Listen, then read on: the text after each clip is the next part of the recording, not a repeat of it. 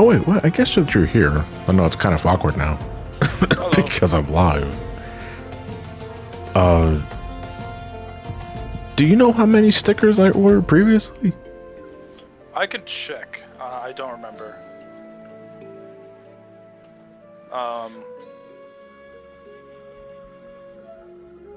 Yeah, no, I'll check in a second. Yeah, because whatever that answer ends up being, just do that again. Okay. Because I ended up giving like almost all of them out. I didn't have to resort to like tossing them like shurikens.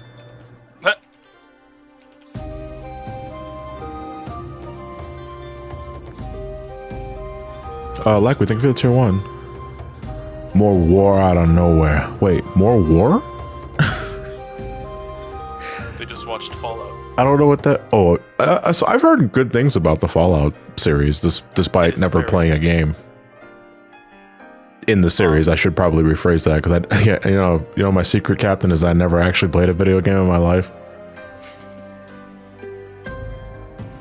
Mick, no, I've never tried Yu-Gi-Oh! Rush Duels.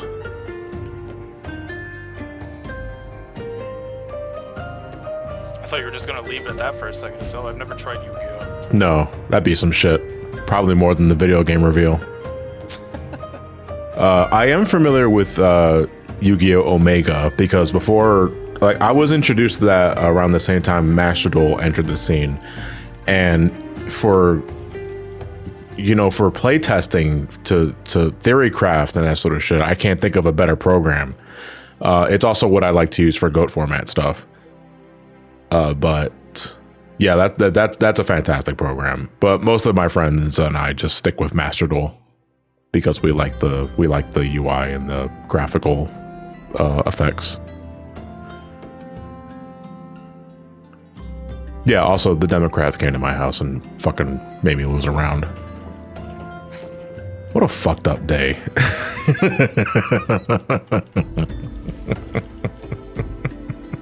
Yeah, guys, we are Wednesday night streaming, and it's Final Fantasy 14 related. So like, oh yeah, he's back in his element because now he's just streaming whatever the fuck he feels like, and it's with a game that he plays too much. Get the fuck out of here. Let me switch over to the main feed. If I seem a little out of it today, it is likely because I am, and I also have a major household development that requires my attention, for better or worse. Because we're getting towards the beginning of the summer here, at least here in the what fucking hemisphere are we on?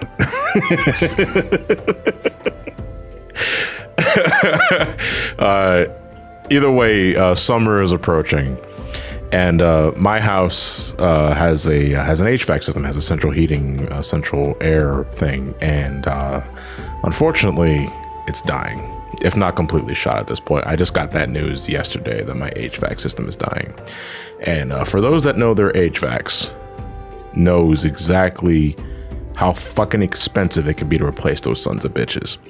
So that's what I gotta start juggling with before the summer starts getting here appropriately and my house becomes a fucking sauna. Thank you. I appreciate your condolences, Sonny.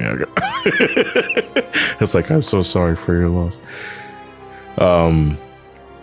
So yeah, that is something I'm gonna have to fucking shuffle around with for like the foreseeable future, and hopefully it won't be too painful to get it fixed and replaced, because man, if there's one fucking thing I hate the most more than anything regarding weather related shit, it is being hot and it's being bothered. Because if I'm hot, I get flustered, and I suddenly, if like you thought I had a fucking potty mouth now, imagine a hot and bothered John that is adding a fuck after every other fucking word. That's how miserable I get. That said, hold on, let me check the feed, make sure you guys are seeing everything appropriately. It looks like everything's good to go here. I'm not going to immediately go back to the plot where I left off last time. I'm going to do some roulettes first, get the fingers warmed up. I normally like to do trial and normal raid, maybe a leveling, but I think I'm just going to stick with the small stuff first before I start things appropriately for tonight. JC, thank you for the Twitch Prime. Hey John, been busy playing 14 for myself for the Yokai Watch event. JC, when this is I'm not sure if you can send me a DM on Discord. I might have that disabled. Hit me up with a DM so that we can discuss the thumbnails for the Sonic 06 thing. Heat equals anger. I understand. I can't stand the heat, man. It's like when I think back to like my childhood, right? If you were to ask me what my favorite time of the year was, I'd always unequivocally say summer, because I associate summer with summer vacation. I'm off from school for a couple of months. Of course, I'm gonna say summer is my favorite time of the year. Then you get older, and you realize, man, this fucking sucks. And it's more just because it is so much harder to stay cool than it is to stay warm. And the moment I start fucking sweating, and you know when that's getting bad, like when I feel the sweat building up in my chest hair, it's like, oh shit, it's hot. Then I gotta do everything I can to help cool myself down. But sometimes that's easier said than done. And you got issues like this where your fucking system just starts crumbling to pieces and you gotta get it replaced. But not for nothing, like, I guess the benefit from like my office being in the basement is that because I'm in the basement, it's just naturally cooler than any other room in the house. But still, like, I don't live in the basement. I do a lot of shit in the basement, but I don't live here. So, gotta get that shit situated. But nothing can be done about it tonight. Measures are being taken so that hopefully things get fixed. It's just a matter of, like, I gotta see what I gotta do about taking care of the price, because for those that don't know, I'm not entirely sure what it's like outside of the realm of the United States, but getting HVACs, any sort of central heating or air, any sort of thing replaced or repaired, that shit is expensive, folks.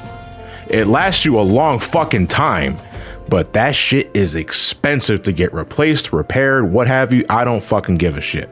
Either way, that's a lot of money I gotta put down that I gotta start scouring up. So this might be my OnlyFans era. Here it comes. A lot of you guys were asking, whose dick do I gotta suck to make sure I get my AC working? And I don't know, man, but I'm probably gonna be. I gotta go hard to work on more videos. I gotta do more live streams. I gotta do something to earn more dollary dues, because even with the support you guys are giving me already, there's more that I need to do on my end to make ends meet. You know, because there's a lot of responsibilities I gotta take care of, and I gotta start working on that shit. You know, but again, nothing I can really do about it tonight. So that's why I'm here. That's why I'm live with 14. I just want to fucking chill.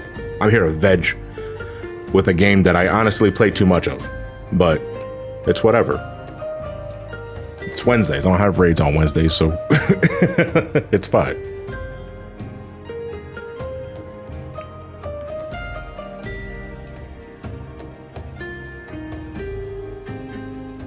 Another possible Final Fantasy VI playthrough, that, man, if I want those big bunko dollars, I need to fucking play Sonic. True. But I just played Sonic. I played Sonic 06.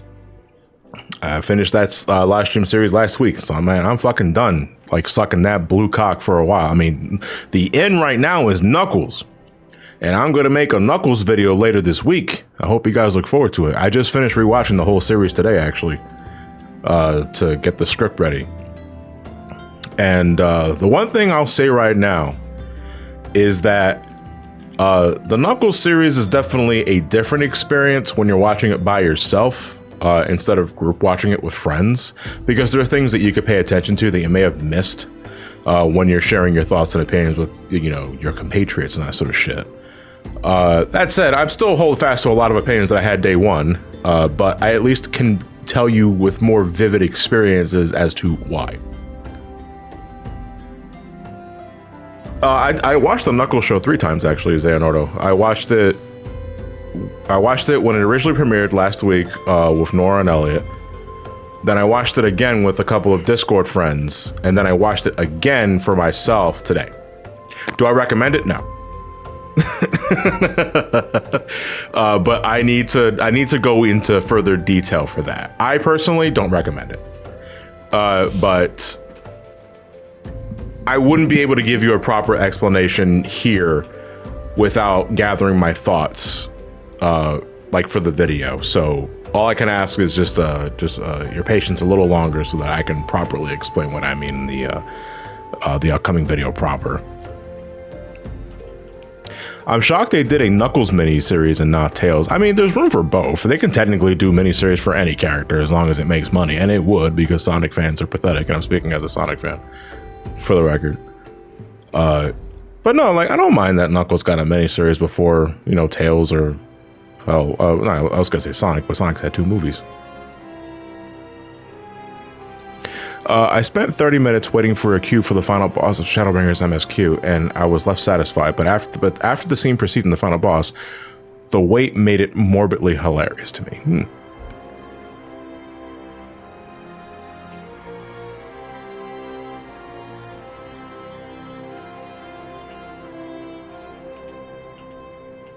I just hope the 3rd movie lives up to the hype. I think regardless of how hype it is, it's gonna make Paramount a lot of fucking money. Yeah. Like strictly because like Shadow the Hedgehog's in it.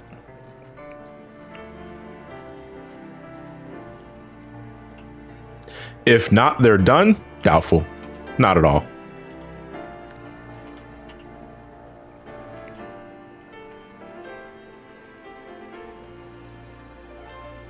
You know they're gonna make a Shadow miniseries. Yeah, absolutely. Absolutely, they're gonna make a Shadow miniseries, and that's probably where we're gonna get like the Black Arms and other shit like that, assuming it's not a thing that's incorporated for the movie. I don't think they're gonna pull the Black Arms card for the 3rd Sonic movie.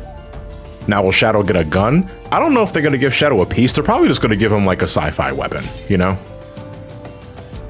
It'd be funny as shit if they just gave him a standard Glock. Yeah, like I would die of laughter if that happened.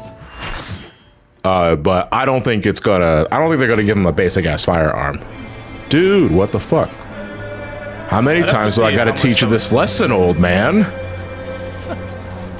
I'm wondering if that would raise the age range. What, because he has a piece? Yeah. I don't know.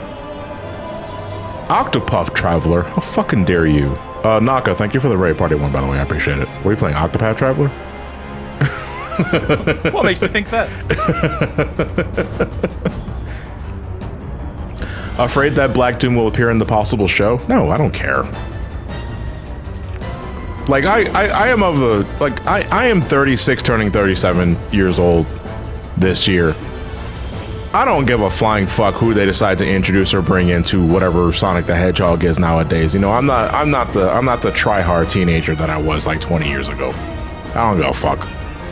Do they not respect the lore? If they want to bring in Black Doom, if they want to bring in the Deadly Six, if they want to bring in Infinite, if they want to bring in all of these villains that I just don't give a flying shit about, but take the opportunity to recontextualize them to be something that I can care about, then I'm all for it. It's kind of a win-win. Well, no, it's a win-lose. It could lose if that ends up being just as garbage, but I'm not so vehemently against the idea of a character being in a show because I didn't like them in their inclusion in the first place. I am all about redeeming characters for a different purpose, or maybe an enhanced purpose if it wasn't clear with their first attempt.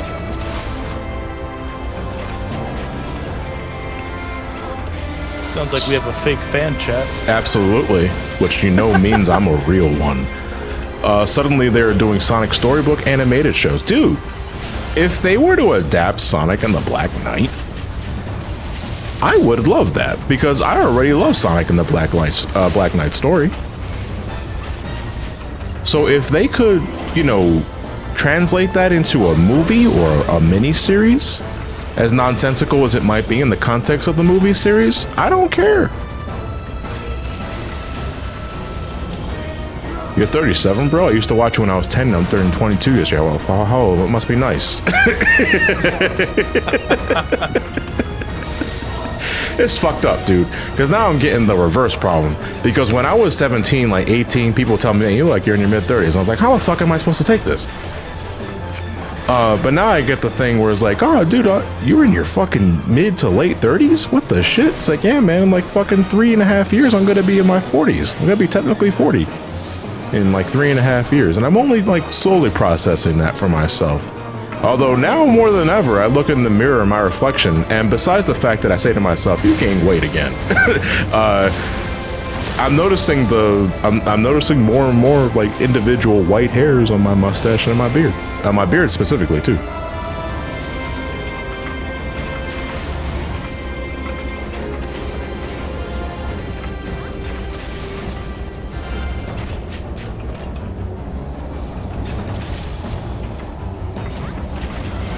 You know what though? I'm no longer the dad of my fucking chat though, because Trios is older than me. So now I can say you're gonna die before I will.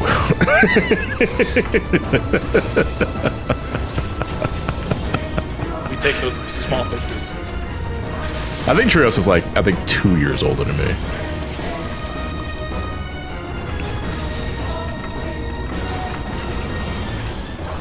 Yeah, it's the kind of the joke that I make whenever someone tries to pull the "I'm older than you" card. Like, it doesn't happen. I'm not saying that happens all the time, but it's like, it's just something I like to say. It's like, yeah, all that means you're gonna fucking die before I will. What the fuck are you bragging about? Why'd I do a standard step here, dude? Nothing's happening.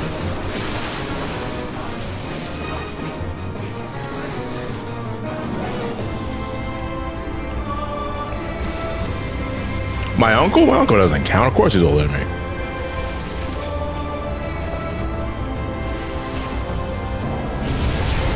Age means shit, man. Whoa, easy there, Santiago. That's how you get Chris Hansen to visit your house.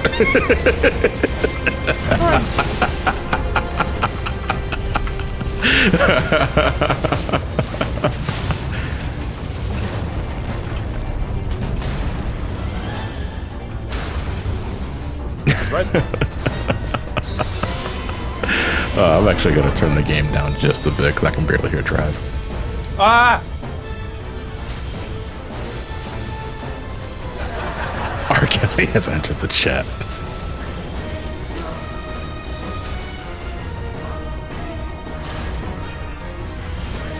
Uncle sometimes pull out that show that my father in his 50s watched. Yeah, that couldn't be me. Tweets about Columbo. Hi chat, yes, Travis is here. I hope you're all alive. I'm tired. I slept like 13 hours last night. Wait, you slept 13 hours last night? Yep. Man, I wish that were fucking me. Holy shit. The only reason I can think of is either I'm sick, which I think is possible. I might have like a head cold. Yeah. But I also like mowed the lawn yesterday until the battery on my electric fucking mower ran out. And I almost gave up before it did. So my whole body hurts. So I think that's probably why I slept so long. Yeah, I've it's been a wake-up call. I really need to get in shape. Yo, John, I'm trying to 100% complete Super Mario Sunshine. Any tips? Get a guide out for blue coins. That's literally it. Don't collect any blue coins until the end. Yeah. And then follow the guide. Do not collect any blue coins until the very end and then follow guide. Absolutely right. Because the one fucking thing that sucks about 100% of Mario Sunshine is those godforsaken blue coins. I am not fucking kidding. If it weren't for if the blue coins weren't in Mario Sunshine in regards to like fully completing that game, I'd be so much fucking nicer to Sunshine.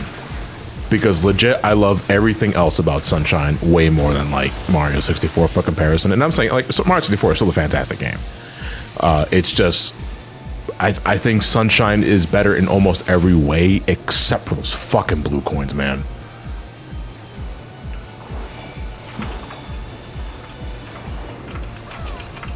I'd be more forgiving to it if it had like, here's the amount of blue coins left in this level, or like specific episodes, because some of them are episode specific. Yeah. What's worse, moons or blue coins? Blue coins. Yeah, I would say blue coins because there's no tracker for any of them.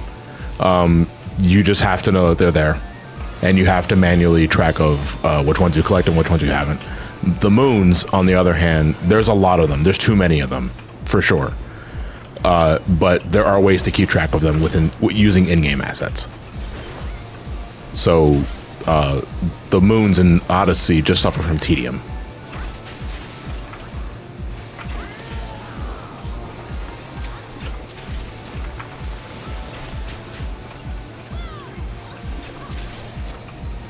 I don't know if it'd be more appropriate for a Q&A, but do you intend to redo some old LPs for SGB?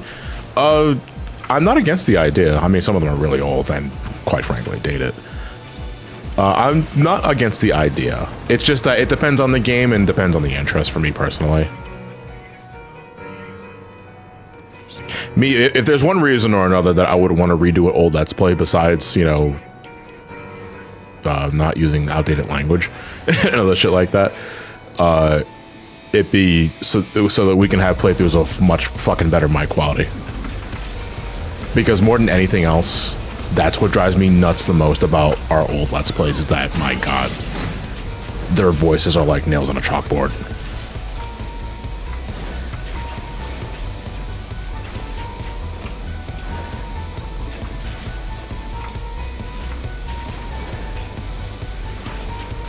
Hey, and they gave me the viewer. I appreciate that, Astro. What's your name? Vani. Thank you.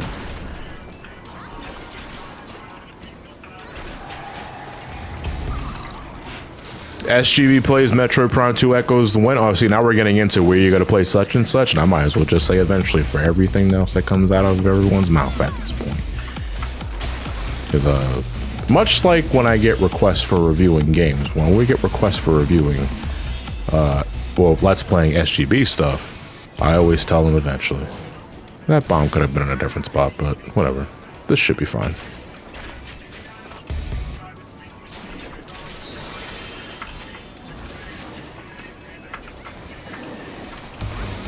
Amelia's a bird. I'm actually gonna back up a bit here because rat fuck Twinkle Dicks is gonna do their boost move. Yeah, Vani gets it. Vani's also standing inside of the tower.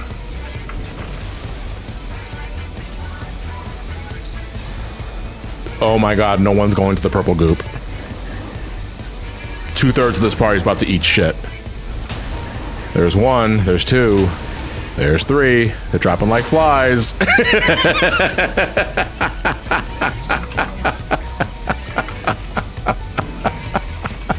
Oh my god! Why is he looking at me? Get away from me! Ow! Oh shit.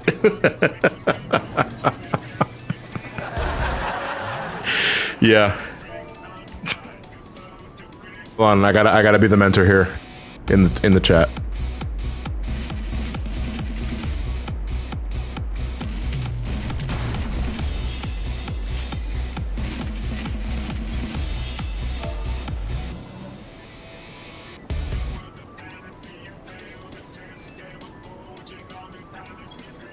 Hold on, guys. I have to be the dad.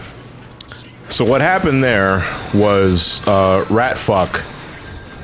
He turns large intermittently throughout the encounter, and there's one particular attack he has. It's called Boost, where for the next couple of seconds he's going to slam the ground repeatedly and damage you and give you vuln stacks, which means that you're going to take more damage on the next attack, and you keep getting stacks of those, meaning that you're just going to keep eating shit perpetually until you die.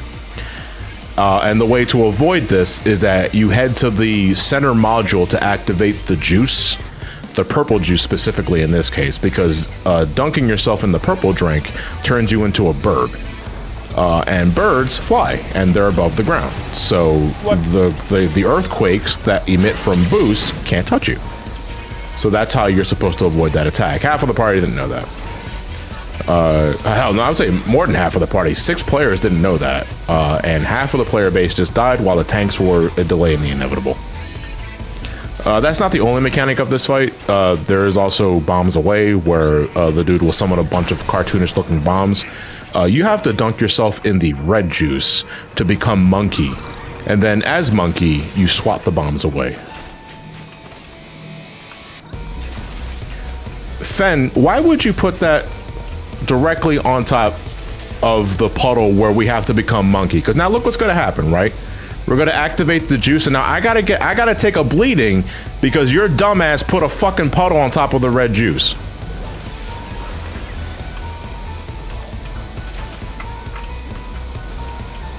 I tell you, man. I tell you. And then when all's said and done, after you smack the bombs away, you have to get away from the blast radius because the bombs don't magically fucking vanish. They're gonna explode. And getting hit by a bomb's explosion really hurts. If you take two at the same time, you're dead. The damage is very substantial. Vani is also standing in the middle of that module, and that's how you're gonna overload it.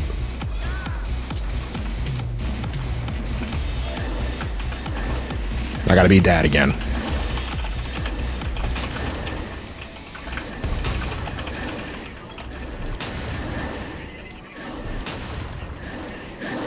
See, there we go. Now we all lived.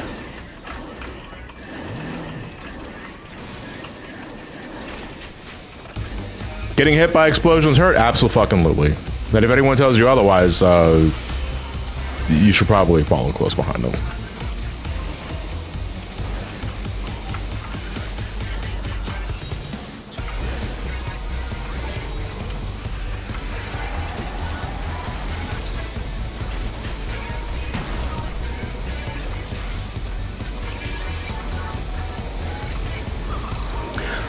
Is it a good idea to pre-order Dawntrail if I only just started push Shadowbringers? The benefit of pre-ordering Dawntrail will get you the Collector's Edition earring, which is a leveling accessory, which is really good. I don't know how far or how fast you plan on, like, completing Shadowbringers and Endwalker. If you think you're going to have Endwalker fully finished by the end of June, I would say it doesn't hurt to have Dawntrail pre-ordered, but I would probably not rush yourself at the very least. You know, Final Fantasy XIV at the end of the day is an RPG that has a story that should be enjoyed at a leisurely pace. Like, don't rush through it to play catch up because of, you know, fear of missing out. And I'm not saying that's what you're doing, it's just that that's more of a general statement.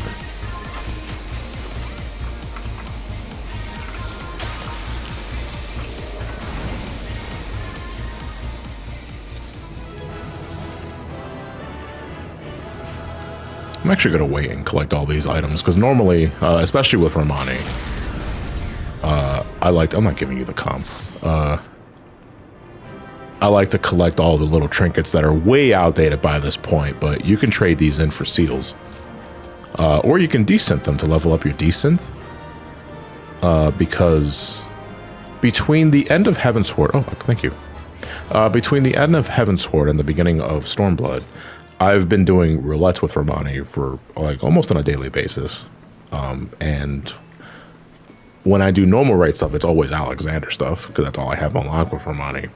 And I'll stay to collect the loot, which everyone ignores because it's way outdated. But I hold on to it because that's stuff that you can trade in for gear that you can then trade in for Grand Company seals, or you can desynth it to level up your desynth and to get rare items that you can't get otherwise. Who's doting me? Okay. And one of the things that I like to buy when I'm maxed out on Grand Company seals is these material containers. There's two varieties. There's material container 3.0 and material container 4.0. And what those are, there are minions and mounts that you can get from Heavensward and Stormblood exclusively that you normally have to get through other means that may or may not be difficult, if not impossible for you to get otherwise. And what I did last night in my downtime was that I traded in all of those trinkets, all of those tokens to get all the Grand Company seals, and I fucking drowned myself in material container 4.0s. And it just so happened that one of the last ones that I opened gave me the Dodo mount.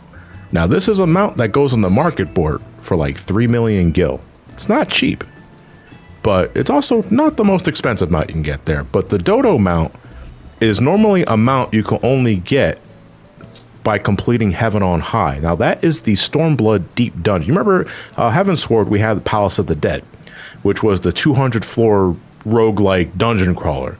Stormblood has a version of that too, but it's called Heaven on High, and it's only 100 floors as opposed to 200. Thank fuck.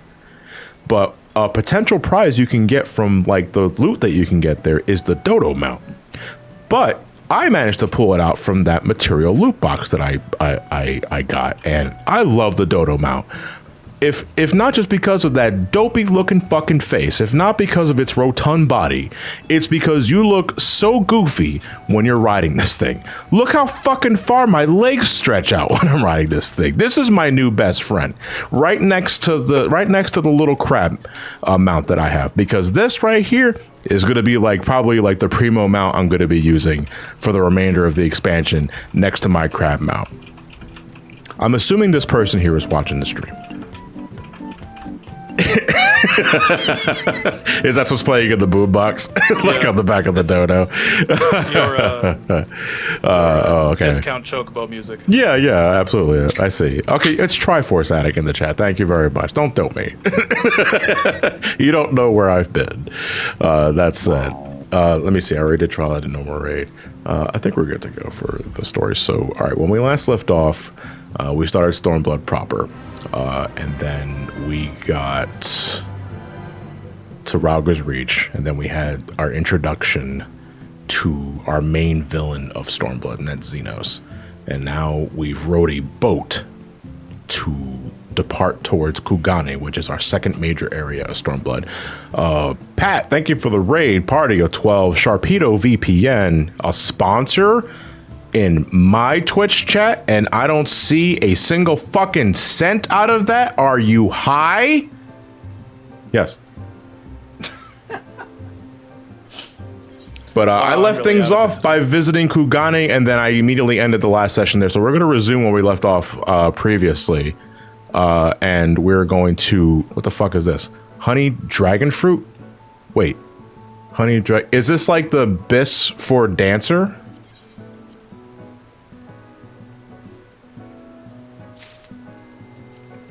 It's good for DPS. I mean, I also got baked eggplant for days. But if this is much preferred for fizz range sort of thing, I thought it was baked eggplant, being real. I'm not going to say no to free food, especially 40 fucking servings of it. But I do appreciate it, Triforce Attic, or Naomi Akami, as your character name shown. That's a cute dress, by the way. I think I'd look better in it, though.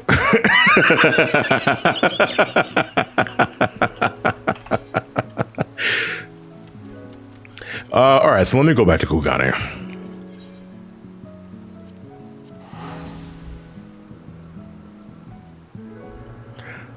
Hey John, I just started an FC with a couple of friends of mine as someone with experience of an FC. How do you go about it back in the BSC FC days? I can't give you a proper answer for that, Bat Fox, because the Brain Scratch Free Company was gargantuan in terms of how many members we had.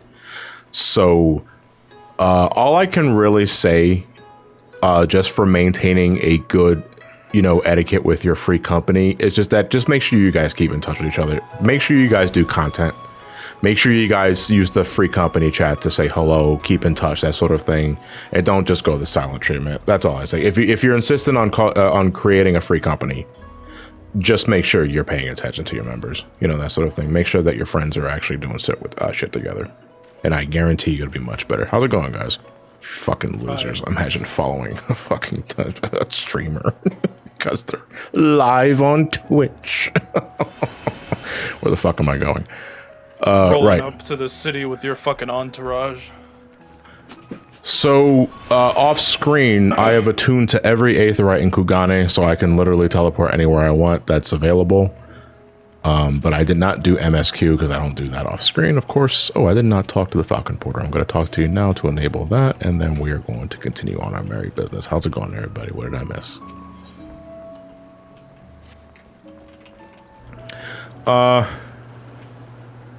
Let me see. BB Guy, you're probably not here already, but I appreciate you tuning in anyway. Earth One and Ice is asking, hey John, quick question. Is it worth it buying Final Fantasy 1 through 6 Pixel Remastered Collection for the Switch? Yes. If you have not already bought it on PC, I more than recommend getting the collection on Switch if you haven't already bought it already. Don't double dip. I personally have not double dipped because I knew they were going to add those quality of life updates to the PC version appropriately, and they did. So, saving money on that sort of shit. But yeah, if you have absolutely not gotten it yet in any form or fashion, yes, because I think the pixel remasters are very much worth the price.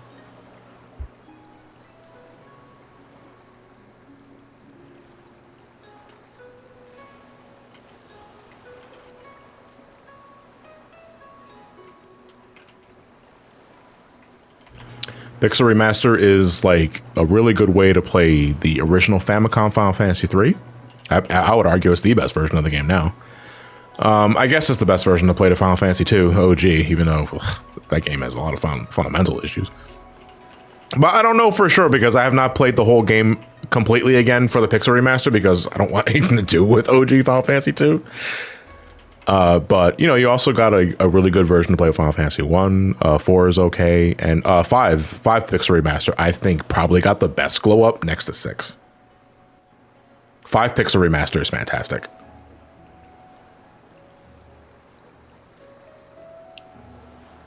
Hey Chiaki, thank you for the tier 1. Really cool how my Twitch or Discord doesn't notify me when I don't miss 30 minutes of an impromptu stream. To be fair, Chiaki, like the first 10 minutes I wasn't doing shit. And like the next 10 minutes, like the next 5 minutes after that was me just waiting for a roulette to pop. Because I'm DPS herder. I wonder if you guys can...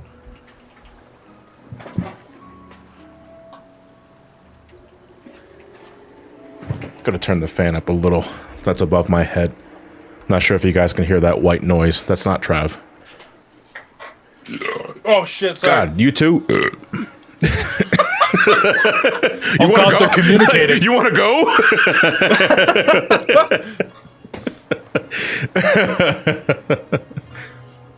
Chad, I need someone to clip that. Thank you. No, I'm not drunk. I am. I do have a golden monkey next to me though. That's what I'm occasionally drinking from. Did you fucking catch that pop that my lip just He's did not right there? talking about a drink. It's just an actual... The soundtrack remaster is absolutely phenomenal too. Before we switch subject, yeah, absolutely. Again, to go back to Final Fantasy V. Final Fantasy V's Pixel Remaster OST. We are certainly not in Eorzea anymore. Perfection. A tavern is a tavern, Alphino, here or anywhere else. Now, if you'll excuse Oh, but no, me, like, when you turned it on, I didn't even hear anything in the Discord, so I doubt... That's good. Oh. You probably only hear it when I'm speaking.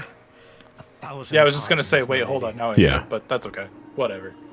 Chat can live with this. Yeah. Well, chat shouldn't be able to hear it because I have a noise filter over Oh, even better. for OBS. It's okay enough. It's not the best. Yeah, Golden Monkey from the yeah, I guess from the Super Mario Sunshine Let's Play is a one way of remembering that because I did mention that brand specifically. And this is my favorite, like, I'm not sure if we call it a draft beer. That wouldn't be an accurate descriptor. But I like this beer more than anything else. It used to be Dos Equis. But I like to drink this one. I drink like 2 bottles of these and I get a nice buzz going. Ooh. There was I'm not normally a fan of beer, but there, I went to go hang out with friends back in February, and one of them brought like a locally brewed beer from Pittsburgh. Yeah. And it was really good. I need to look up what that was. Like, I actually really liked it. It smelled like bread. Did not rob you of all faith in your fellow man. Which makes sense. Yeah. Neko, do you think we'll get to Susano tonight? It's been a minute. Not just Stormblood, so I forget how long it takes to get him. I don't think we're going to get to Susano tonight. I would like to at least unlock Shisui of the Violent Tides, the optional dungeon, the level 63 optional dungeon. I.e. the dungeon you go when you want your summer glam. I don't want to spend money at the Mog Station. Or the online store, I guess. One finds oneself longing for the invigoratingly candid speech of the Uldan market. Fucking Hancock. Hancock's a shit. Like, friends with benefits kind of shit. But you know what? I like the development he got with the second variant dungeon that Endwalker brought in. The one that, the Stormblood one. I like how he was the central character for it. Be decidedly reckless to say any more. If I may favor you with the invigorating candy you apparently... Fun fact, in ancient Babylon, beer was typically drank with bread mixed in. Well, isn't that kind of redundant because isn't beer already wheat? Reason why we should accept Lord Lolorito's invitation. In fact, I recall some games calling beer wheat juice. The young diplomat I was told to expect. Very well then, I shall explain. You understand that you are come to a most reclusive and secretive nation, yes? One whose borders are close to Ancient Babylonians in shambles. What a sentence. then it should come as no surprise that a great many... I have not done any but the first variant, and now it's been so long that I can't find people wanting to do stuff full to completion. I'm assuming you're not already on the Aether server. Actually, I don't know what it's like on Primal either. Because on Crystal, I can vouch for that. Yeah, variant dungeons are dead because they're not like they're not recent, they're not new. But I don't know what the variant dungeon scene is like on Aether or Primal. So maybe you have better luck there, assuming you're not already a natural inhabitant. But the variant dungeons I really liked, especially the last one, Alo Alo Island. That is my favorite one. It also has given me one of my favorite fucking themes on Final Fantasy XIV. I love Alo Alo Island's theme so much. It is like the perfect fucking summer theme.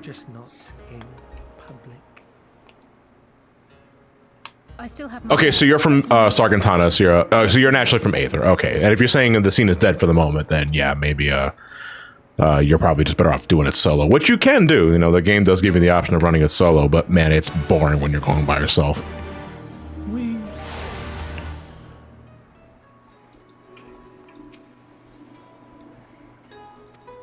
Hey, Blue Bitterbot, thank you for the bits. Hey, John, you are a huge role model to me. Any tips on starting to lose weight? So, as someone who has yoga. It's not even so much like it's not even so much about what you decide to do for your routine, right? It is whether you're doing yoga, whether you're going to the gym, cardio, muscular, vascular stuff, whatever, it doesn't matter. The key thing I will tell you is two things. Your workout is only as good as your fucking diet. Because if you're not dieting appropriately, your workouts won't mean shit. Yeah. And secondly, you gotta keep it consistent. You don't have a workout day Monday for 40 minutes and say, you know what, I'm good for the next 5 days. And then you come back and do another workout Friday and think that's enough. You have to be consistent. You set up a schedule, 2-3 days a week, maybe 4 if you're feeling a little frisky. But you have to keep it consistent. You have to get your body used to the routine so that it becomes second nature. Once it does, give or take about 2-3 weeks, the rest is easy and you'll be losing weight pretty fucking fast. Yeah. At my most dedicated, I lost about 50 pounds in a couple of months.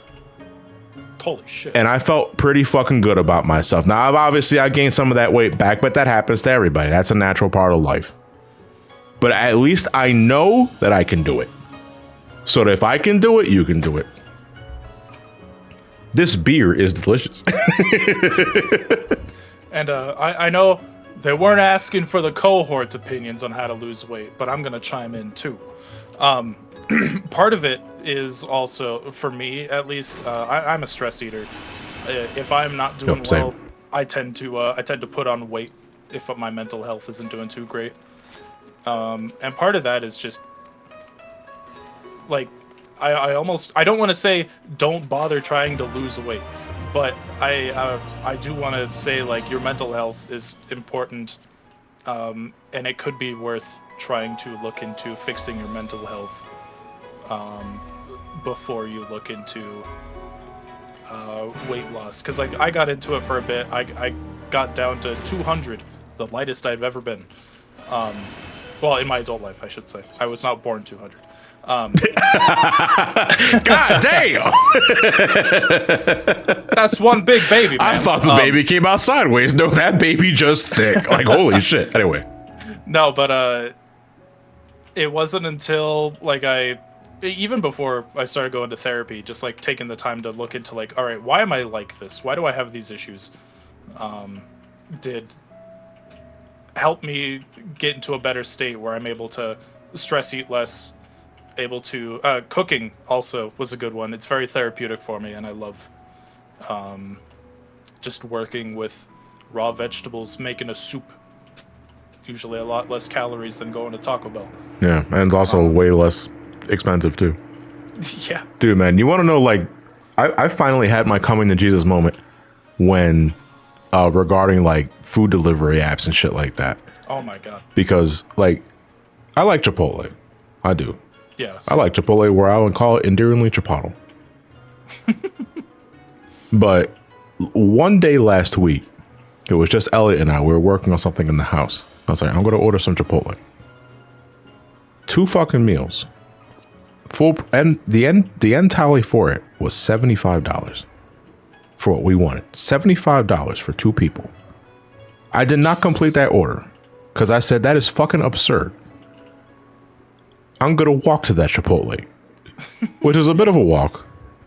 But I really wanted Chipotle, but I was not going to spend fucking $75 on 2 people. Do you know how much that meal ended up costing IRL? $35. I was just going to say maybe like $30. Yeah. Yep. $35 in person. Which means food delivery apps, specifically like Uber Eats, upcharge the fucking shit out of you with fees. I mean, that's kind of common knowledge, right? Everybody knows that. But you really don't have the perspective until you realize in person how much money they are upcharging you up the ass. Did you see the John Oliver video of food delivery apps? No, I have not. I have not watched John Oliver in a bit because their upload schedule is now really fucking weird. Because beforehand, I used to, John Oliver videos would be uploaded like Monday mornings because the show was on a Sunday. Nowadays, it's like on this really fucking weird Tuesday, Wednesday release cycle, which is so weird. Like I forget about it all the goddamn time. I need to catch up. I love John Oliver. Yeah, I've just been watching his show on HBO Max. Yeah, at this point. I generally just catch the YouTube upload of the main segment. Yeah. But no, I have the same thing. Like if I'm ordering Chipotle, I just order it for pickup and I go grab it myself because I'm so tired. Look, man, I gotta get paid. Ain't my fault. My work. Just like Editha, I'm not judging anyone that delivers food for the app because that is not a you problem. That is a company problem. I'm just more flabbergasted by how much how much surcharges they add for this shit that you really don't realize because you get so used to the convenience.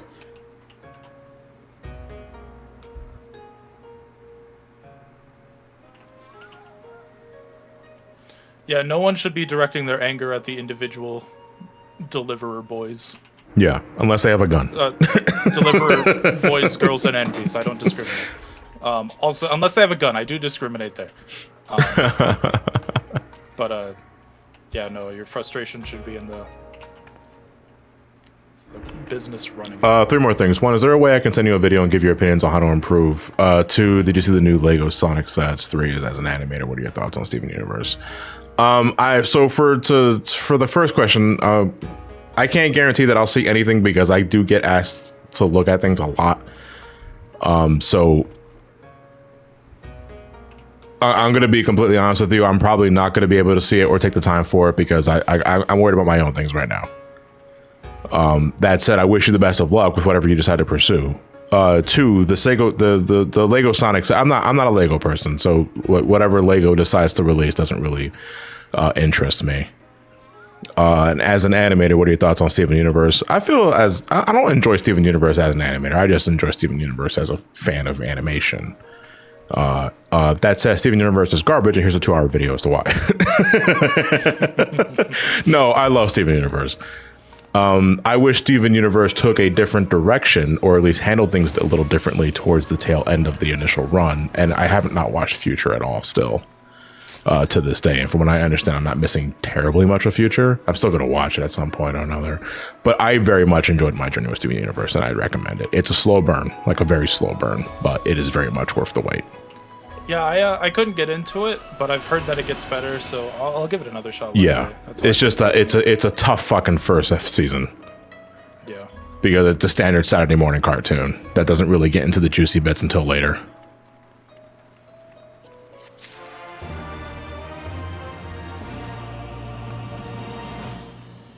How accurate is the Steven Universe meets Hitler meme? Not at all. That is an over exaggeration of someone that is looking for engagement. Because holy shit, did they miss the mark completely on that. But whatever, I'm not gonna give them time. So did I mention this expansion's OST is amazing? Dude, Stormblood's soundtrack is fantastic. You were talking specifically about how you missed the quest accepted jingle. I love the quest completed jingle. Da, da, da, da, da. That's my favorite one in the series. How do you sleep at night? Next to a beautiful woman on top of a big pile of money. On my $3,000 mattress. Oh, I'll tell you though, because Jason told me that it sounded like I'm With You in the Dark from Delta, and I can't fucking unhear it now. Like shit. Well, no, I guess I'm not gonna say shit because I love that theme too. So maybe now the theme just got more awesome. Awesome.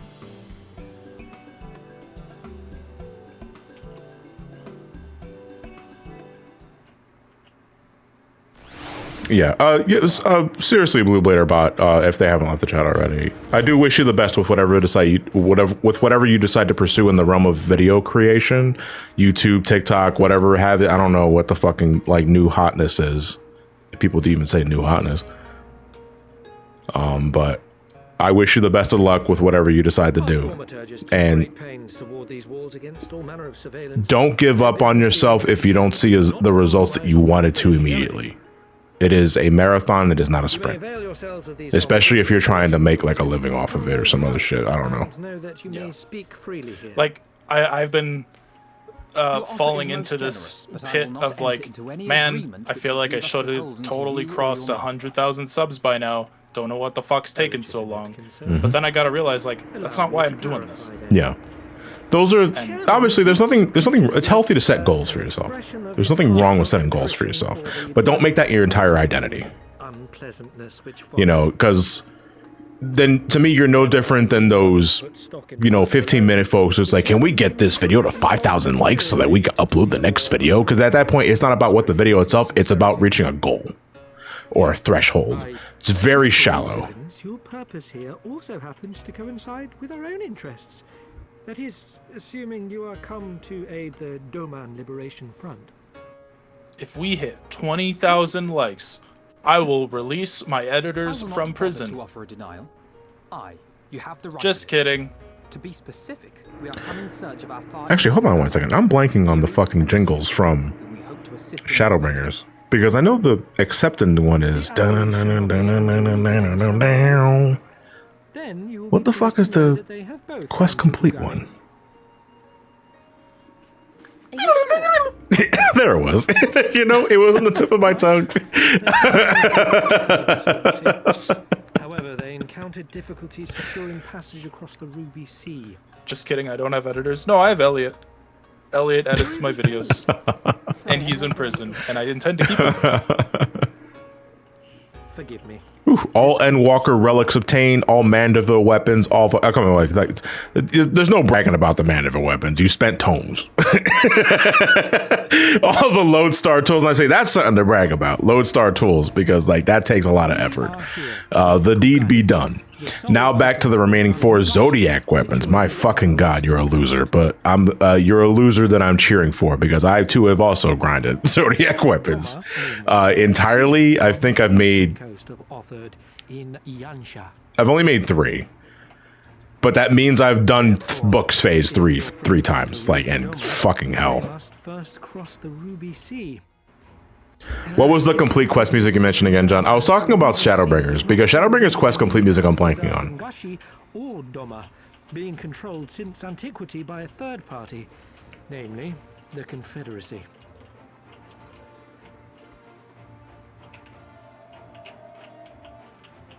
No, please. That's what it was. Da, da, da, da, da, da, da. There you go. That was good. Job, you fucking insane, dude.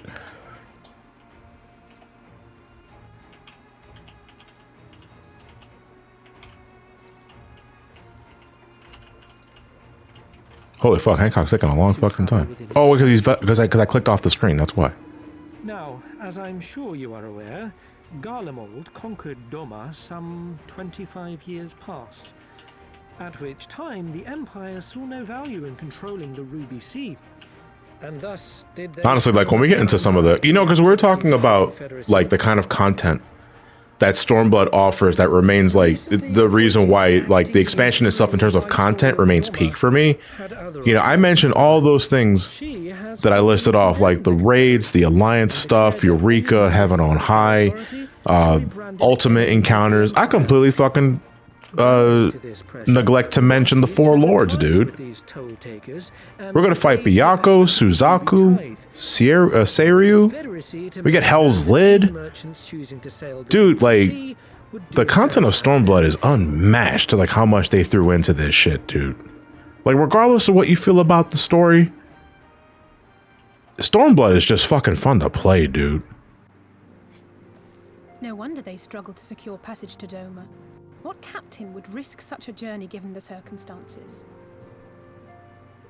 I am told your friends were not so easily deterred from their course, but I know not whether their persistence bore fruit. I say we follow in Poor Genbu. Yeah, it's kind of unfortunate that Genbu got the dungeon boss treatment, but I still enjoy him as a dungeon boss. But man, fucking the other three, amazing.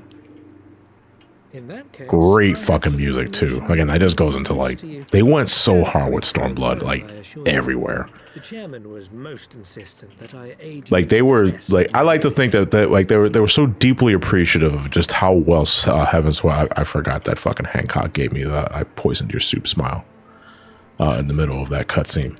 That kind of distracted me for a second. But I like to think that devs were so appreciative of just how well received Heaven's Well was. I mean, assuming you're not doing Gordius or Midas Savage, that, you know, as a show of appreciation, because they really want to, you know, take you along for the ride. Like they did so much with Stormblood. There is so much in Stormblood. I can't wait.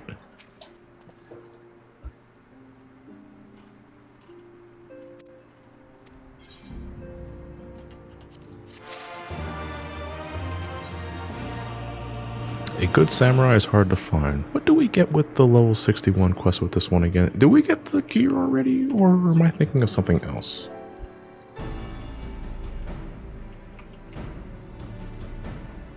I was wondering, John, once I get brand new PC, would it be okay if I did movie nights on your server? I want to do a King Kong Godzilla marathon on there. You are free to do whatever the hell you want on the sub Discord, Emil.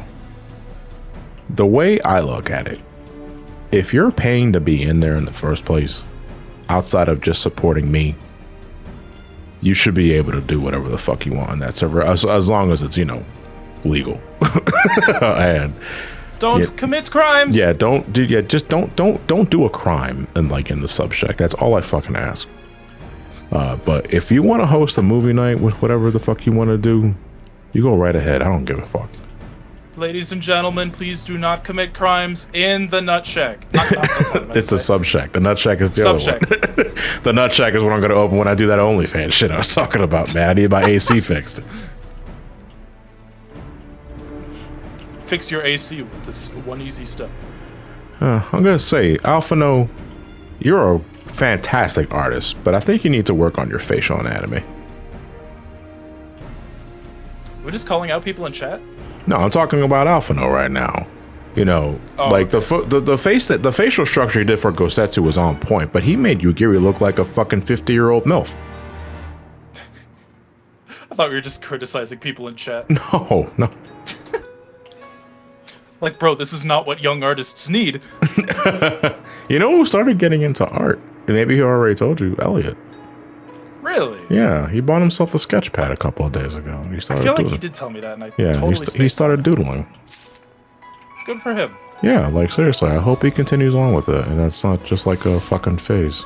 Maybe even if it's a phase, I don't give a fuck. As long as he's experiencing it, that's all I could really ask for. I mean, he could say he tried. It's You not for him if he Alphanos. does. There we go.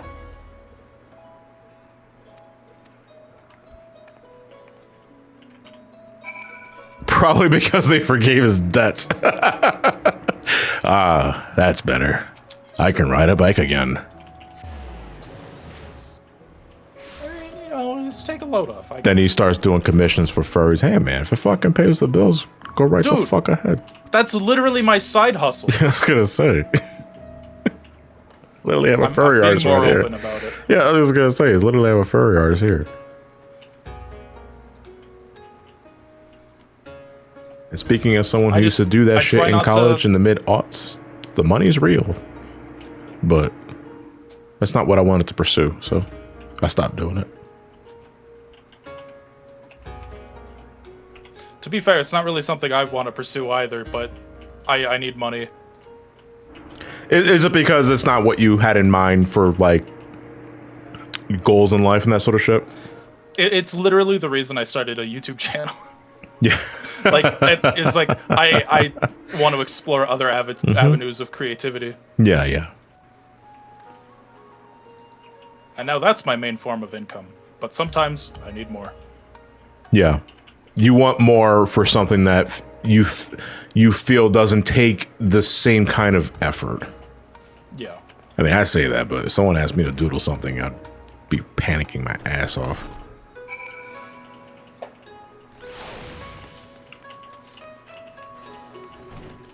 Show me my old commissions? Fuck no. Well, I don't even have any of them anymore, for one thing. But even if I did, I wouldn't show them. Sorry.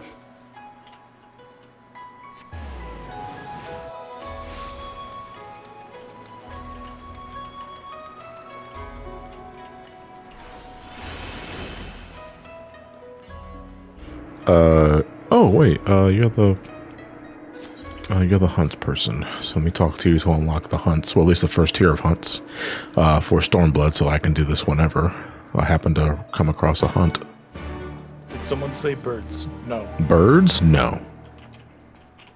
I'm assuming that had to do with the furry conversation. Oh. You know, it's funny because, like, when I hear the term furry, I don't immediately think of aviation or aviaries. I don't think birds, because birds to me are not furry. They're feathery. But I think birds are just lumped in. Yeah. I mean, depending on who you talk to, sharks and lizards are also lumped in, even though they have their own category. Sharks and lizards? Yeah. Huh? Yeah. Well, wouldn't lizards go under scalies? Yeah, but some people just kind of use furry as a catch-all. Yeah. There's too many fucking terms. You know what, guys? There's too many proper nouns in this world.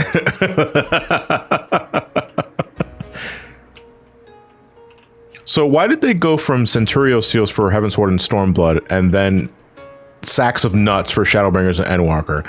I guess story-wise it's to be different in Shadowbringers, but why nuts in sacks? So you see, if Endwalker didn't continue nuts, I would just say, oh, it's because Shadowbringers is in a different world, so they use a different currency. But then they continue with nuts in Endwalker. It's like, oh, wait. Why don't you just go back to Centurio Seals? Honestly, what I think they're going to do is that they're going to consolidate all hunt currency into one. Because I honestly don't see the harm in doing that. Because as of now, you have Allied Seals, you have Centurio Seals, and you have nuts.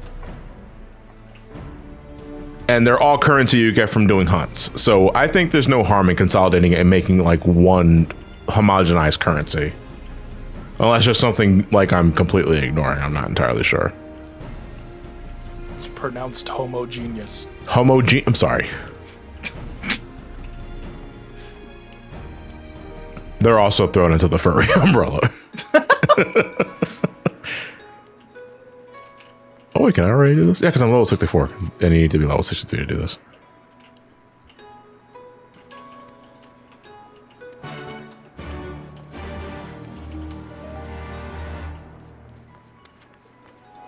The next one, I think, is level 67? Or it might be 65. Someone just ate shit off screen. Oh, wait, no, the other one's available right here.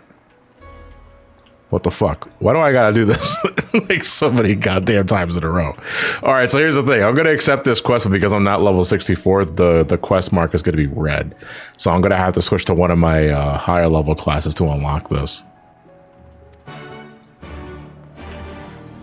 Yeah, it's red. I cannot accept this as my dancer because I am not worthy.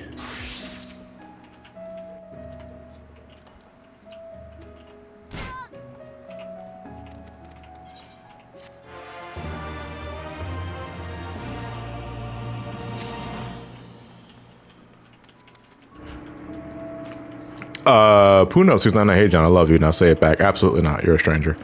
And I don't hit on strangers.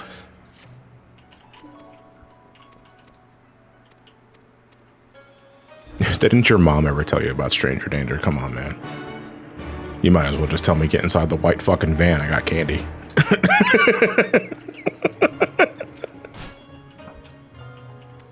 Wait, candy?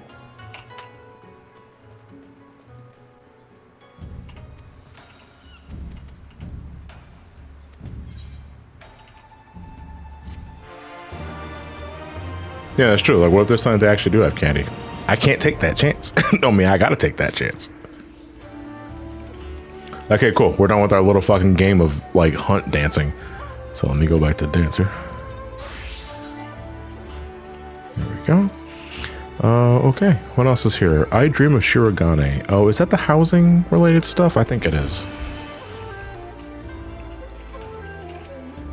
Yeah, that's the housing board for Shirogane, which I don't technically need to unlock now, so I'm not going to bother. And quests are starting to open up in Kugane properly, but outside of I Dream of Shirogane, there's no one here that I think I want to do now. So I'm just going to continue doing MSQ in the meantime.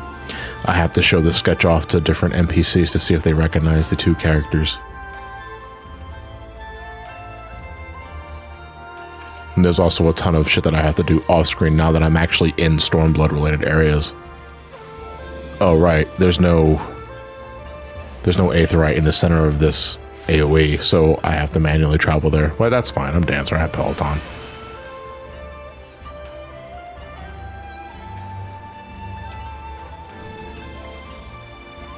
I have to go down. What kind of music Dancer Ramani would listen for practice? Fandango's theme? Probably Vama Flamenco from Final Fantasy IX.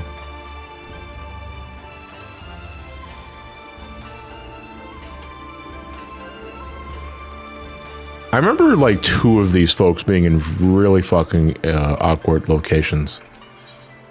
Ahoy, have you seen this man?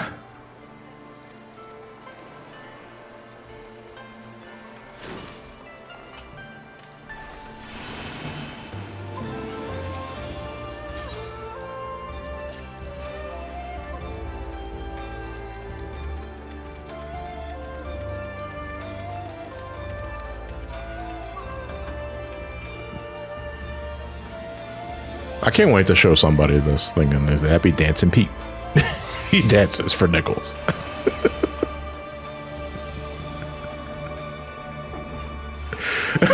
That's such one of my favorite gags in The Simpsons is just the fact that they got this guy that looks exactly like Krusty with a deformed face.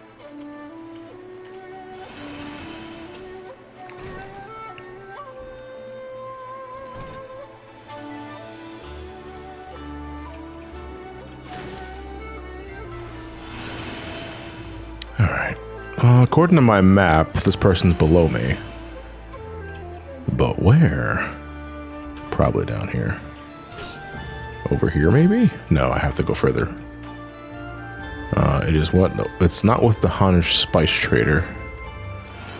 And I already checked the pier, which means they must be inside the building. Maybe on a higher floor? No, because I already traveled through here.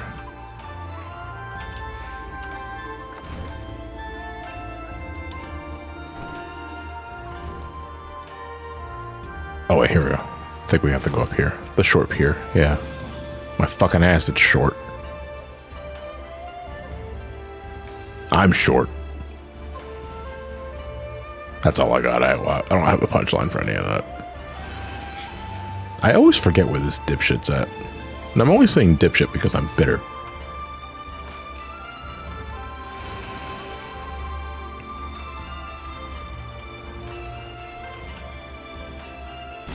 Is it near the Eureka boat? That's the thing, though. I don't remember where the Eureka boat's at, because I haven't done Eureka since it was current.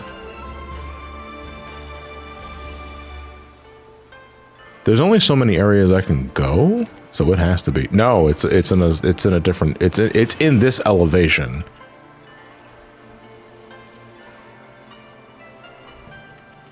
Why do I always like? I remember distinctively blanking on this too with my Valerie character. And I'm glad to see that nothing's fucking changed because I'm also blanking here.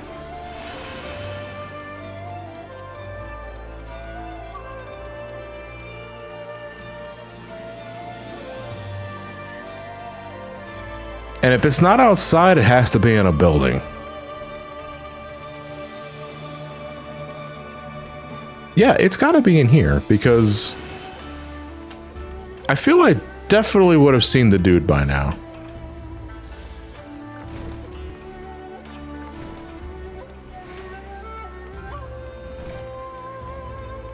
No, because now this is too high. Breaking news, small potato carrying destructo disc lost at the pier, more than 11. More like 11 dead. Oh no. It has to be in this elevation because, just to reiterate, when you have like an area of effect on this, approximation essentially, if you're too high above the target, a down arrow will appear letting you know, hey, you're too high up, you need to reach a certain elevation. Once it disappears, you're in the proper elevation. Found it, walk down the stone. Walk down the stone what? That means nothing. That is that's the most terrible direction I ever heard in my life. You might as well tell me to go here.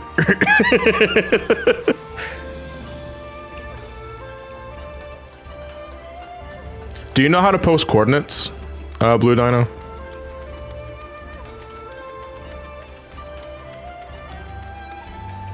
If you right-click, if you hold Control and right-click a map, and right-click the map anywhere, you post a flag. And that will put the flag marker on your chat, which you can post. If you want to post it in like 9.5, 12.8. Alright, 1 second, holy fuck. 9.5, 12.8. So right there, alright. So it's in that, it's on the bridge. Or some kind of bridge. It's on that bridge above me, okay.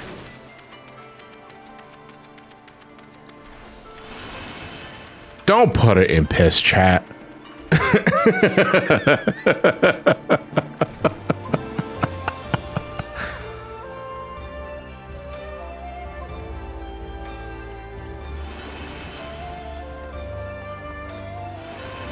Dude, why are you so off the beaten pathway compared to everybody else? I had to have people point me where you are. Meticulous my ass.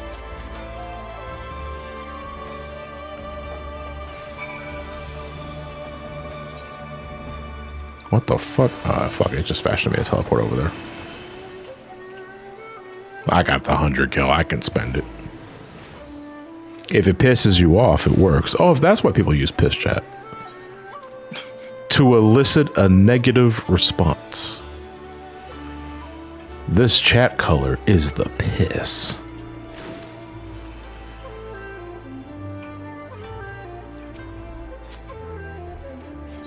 We're about to meet the Namazu soon, I think. Yeah, actually. To speak of the fucking devil.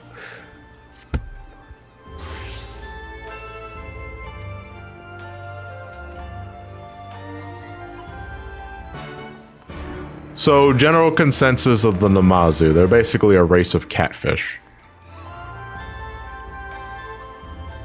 Better or worse than the Mughals? In Final Fantasy XIV specifically, I have to stress.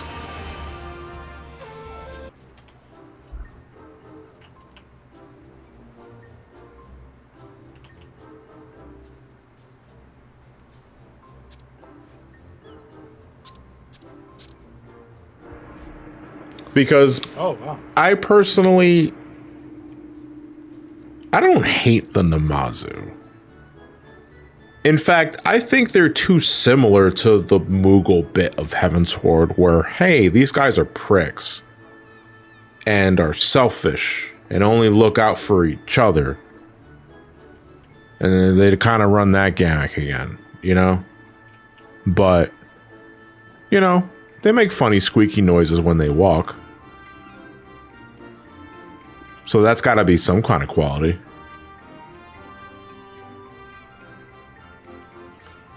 The Tribal Quest cutscenes are more entertaining. Yeah, absolutely. Like, not for nothing, I think the Namazu actually have the best Tribal Quest in Stormblood.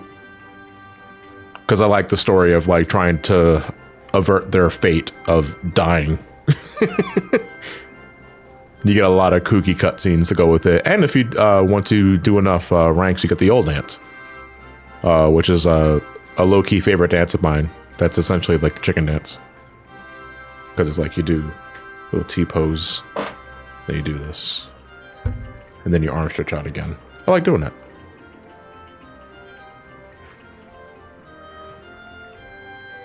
No need to admit you're false, John. Oh wait, you meant the Namazis. It happens to everybody. The Namazis and I are more alike than I think. Definitely the Hildebrand tribe quest, which is funny because Hildebrand also has a set of side quests in Stormblood, and not for nothing. Like the Hildebrand Stormblood quest, we will be doing on stream because there's actual like battle content to be had for that, and we also get access to one of the best emotes in the game too, the Mondaville Mambo. Eat a sandwich, straw. Huh?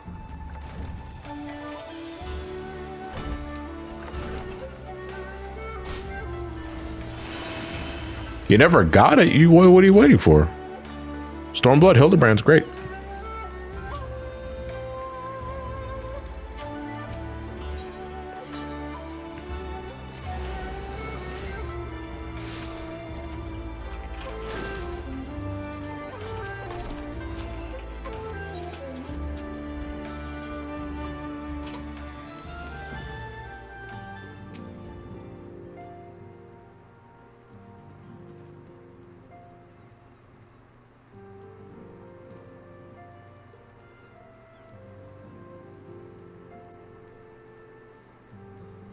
Yeah, Stormblood Hildebrand has a free trial this time too, and that alone makes it reason enough for why I'll actually bother streaming it. Because as a heads up, as I said I was going to, I've already done the Hildebrand Heavensward quests, like off screen, because the Hildebrand Heavensward stuff is all story. It is all cutscenes, and that's fine. But there's no engagement that I can share with my audience, which is why I decided to neglect it for the live stream specifically. But I did do it, and not for nothing, despite the fact that it doesn't have like a dedicated trial attached to it, the Heavensward Hildebrand quests are still really good.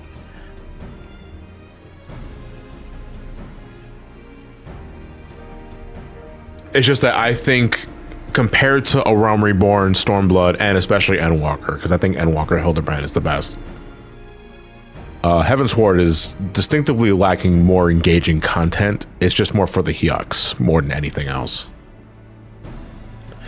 Killer Gazebo made me laugh since I know the meme. Yeah. Oh, see, I don't know the meme, but I just like the idea that they thought, like, Nashu thinks the fuck a gazebo is an animal.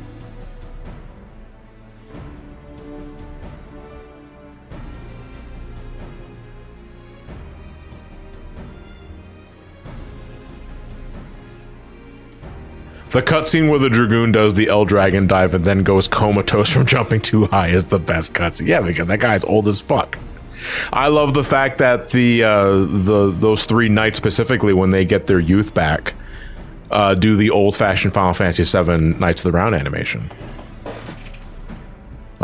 Because does it still take 14 minutes? No, it takes 2. But it's almost like beat for beat the same animation, but you know, with 14 quality.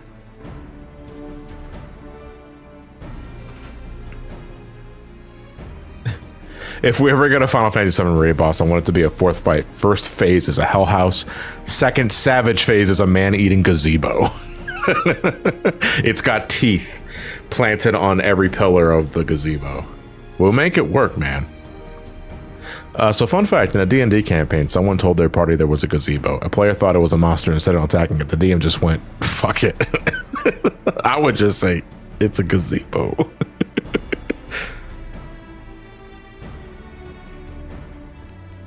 Oh, don't say Stromboli. Holy shit, that makes me hungry. Oh, not for nothing. Ellie did make, Ellie made mac and cheese, mashed potatoes, and salmon tonight. And the salmon came out really good. A little too peppery for my liking, but it was still overall very delicious.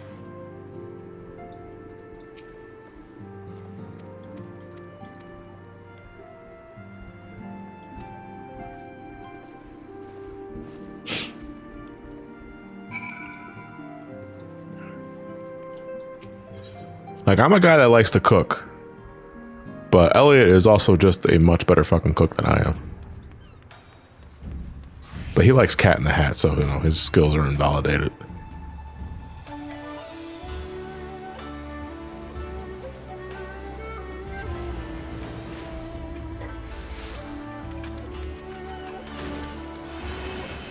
Yes, the Mike Myers live action movie.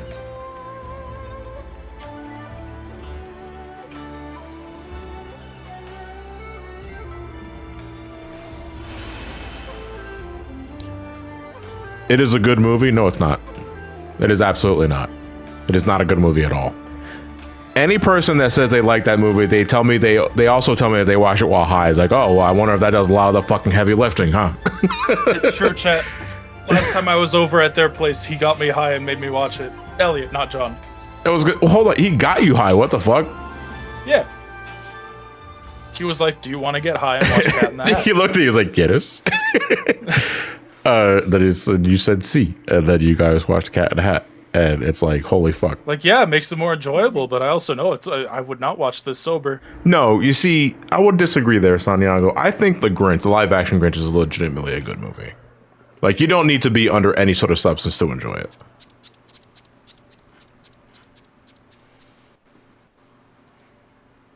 Endless and most sincere apologies to you and yours, yes. This way, quickly now. I forgot that Kyoto had a voice. Holy shit.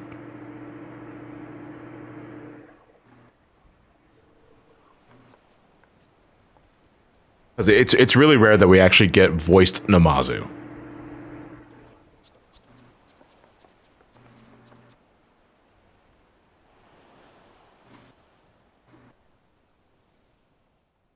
Jim Carrey carries the hell out of that film.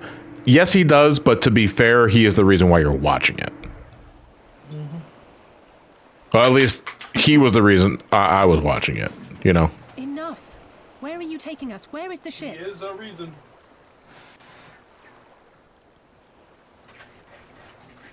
This ship.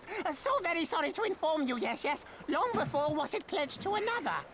This guy, like, if it was just a little gravular, he can be a dead ringer for Gollum. These ones are for Doma.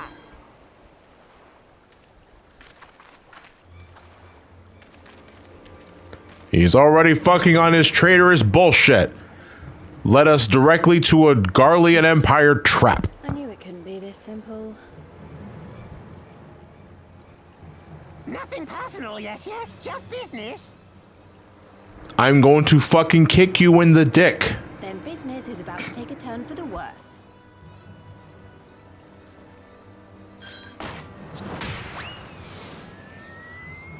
Ah! Come on, let's find a way out of here. Oh wait, shit, is this a stealth mission?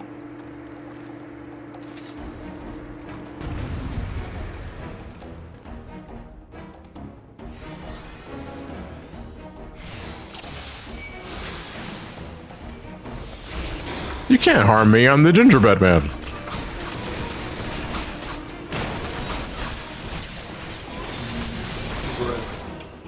No, last time, I can't remember the last time I had gingerbread, actually. You know what I haven't had in a while, though? That fucking stuff? Ginger snaps.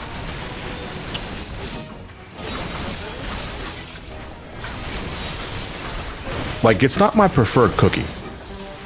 But man, if someone offered, I'd absolutely say yes. Mainly because it's free and I have to pay for it.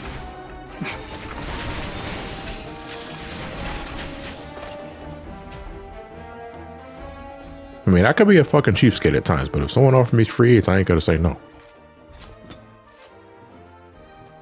Oreos are your favorite cookie? I gotta think about that. I mean, I'm probably like the most basic of bitches when it comes to pastries and cookies and what have you. Because to me, all I need is a good chocolate chip cookie. Like, preferably fresh out of the oven, and I'm in heaven. I also like oatmeal raisin, too. Oatmeal raisin, especially fresh out of the fucking oven, is like hits all kinds of different. Yeah, this is the stealth mission. Okay, yeah, so we have to avoid detection. So we're talking about, I'm getting ready to start the Metal Gear series soon on Twitch because that's what the Subshack ended up voting for. I should have waited until April 30th now that I'm thinking about it. But we're getting a sneak preview to stealth gameplay right now because we got to sneak past guards and we got to use Snoke Bomb. What the fuck? Snoke? As in Emperor Snoke? Or, this dude from Star Wars?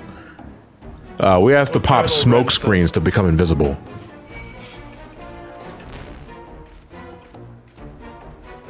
I didn't even get to do anything. Well, hold on, I don't want to kill him. The gingerbread man escapes again.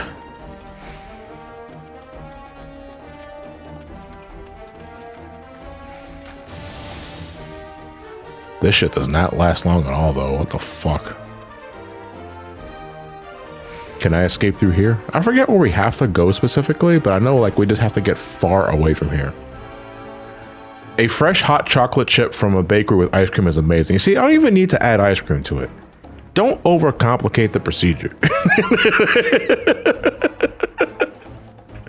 But no, that I've actually had, it's not exactly a fresh chocolate chip cookie, but I've had like the chocolate chip cookie sandwiches where it's like 2 chocolate chip cookies with vanilla ice cream sandwich in between. That's just delicious. But that's when I'm feeling very overly indulgent. But I don't necessarily need to have ice cream with my chocolate chip cookie to have a good time.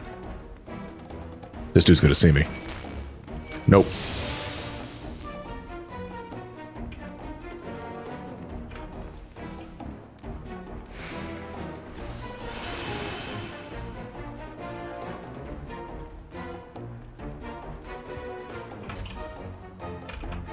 You there, Curious Kojin.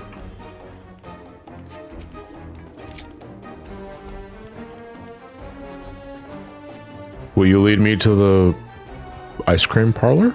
I'm gonna follow you. I hope that you know where you're going and not leading me into a trap. Because I gotta tell you, I already dealt with a catfish person who said they were gonna help me and they led me right into the Garleans.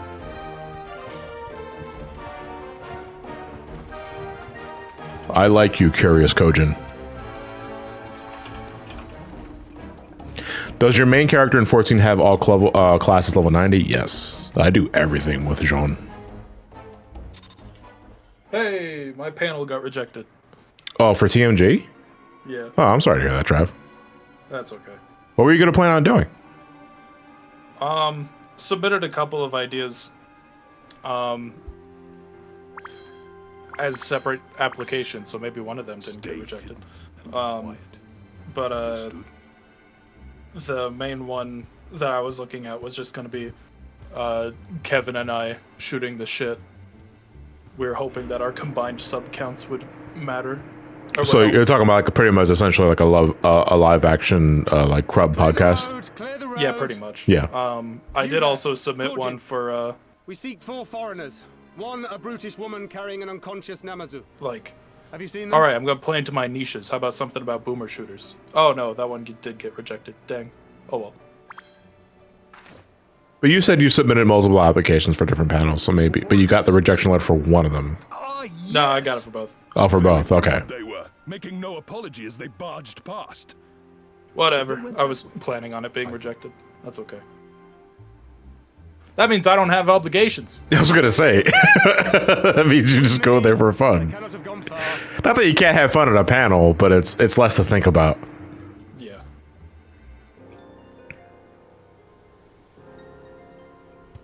You know, shouldn't the Sekisi Gumi react to me being in samurai clothes? Yeah, but if they're not really reacting that much to a fucking Kojin of all things, then I think you'll be fine. Trading company, yes? Come with me. I know a also, I've read the Samurai Quest second half get lame, partly thanks to culture difference revolving these fucks. More so with the Samurai Quests going from 60 to 70. The 50 to 60 Samurai Quests I actually really like. Because I like the idea of you just being like the Punisher, but with samurai. And it's fine. You fucking kill a Lalafell, dude. But the 60 to 71 doesn't hit the same if you don't really understand Japanese culture from what I understand. It also kind of flies in the face of like a big theme of Stormblood's MSQ. Our meeting went about as well as expected. We've brought the Namazu who thought to betray us. When he wakes up, we'll see what he knows about Yugiri and Gazetsu. Oh, you become Frank Punisher, aka the castle. Yes, exactly. Instead of a skull on his bulletproof vest, it's just his face. I see my fears were misplaced. Currently suffering the yokai watch grind. This is worse than EX mount farming, dude. Well, I mean, I was gonna host a Yokai Watch farm, Fate farm sometime later down the road, because we have until the beginning of Dawntrail before that Fate goes away, or before that event goes away. So that gives us plenty of time to catch up, because I want to get the Yokai stuff for Ramani specifically. I don't give a flying shit about Yokai Watch, which is why I'm not going to do it with my main character. But Ramani definitely strikes me as someone that would ride the Coomer mobile. I chanced to witness your meeting with Hancock at the tavern and saw an opportunity. An opportunity?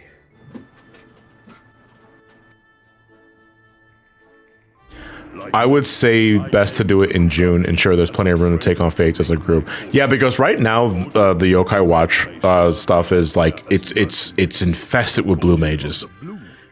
And not for nothing, like I'm not going to get on folks for being the most efficient when it comes to doing the Fate grinds, but it also, if you don't have blue mage unlock, you are just left in the dust. The custom of those less predisposed to dismiss us outright, namely the East. Stop, Johnny says my best friend overhearing your stream. It's super grind. Clearly, your best friend has not watched me grind for the Zodiac weapon, the Heavensward relic. And that's just the shit I've shown on screen. When the Heavensward relics were current, back in 3.x, I did the final step of the relic in one day. It took me 14 hours. I regret every fucking moment of it, but I did do it anyway.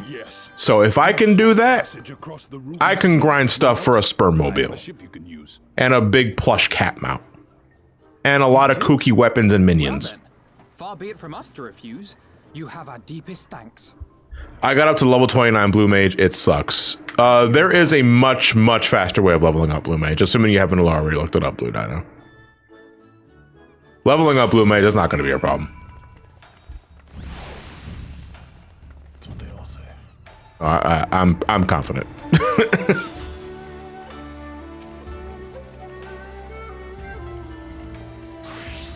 But I hate bothering people. It's a fucking MMO! Bother people! Use piss chat. Piss chat. Fucking Avalon with the Sydney gear from 15.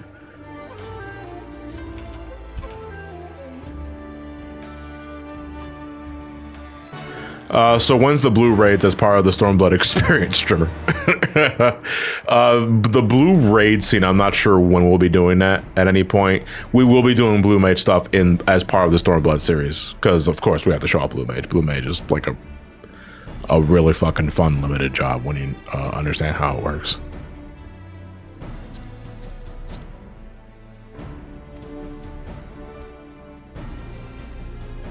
I would like to tag off those to get those spells. Yeah, I'm going to be prioritizing folks that are leveling up Blue Mage for the first time as well. Because there's no point of having a Blue Mage who already has the spells take up a party slot because they already have the spells. But yeah, like we're going to run the gamut on like getting like the most essential shit. We're not going to like complete the whole fucking log because we'd be here all goddamn year.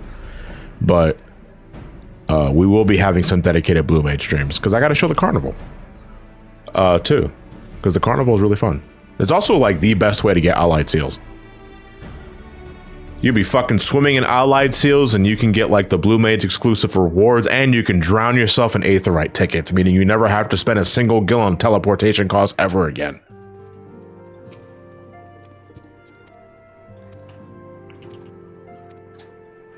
Yeah, man, Stormblood has content. They're like, again, I know I've already said it like maybe 17 times already on this stream alone. But Stormblood has so much to fucking do. It's amazing. I think we're about to enter the Ruby Sea for the first time. Don't you guys have a job? Like, what the fuck, guys? No.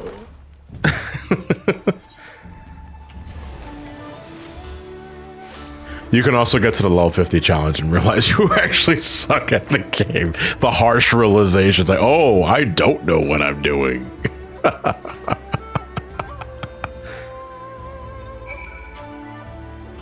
My main issue with the yokai right now is that it's random if you get the legendary medals. Yeah, I mean, isn't it essentially this? Isn't it just atma farming? without it being Atma farming. Who did your artwork?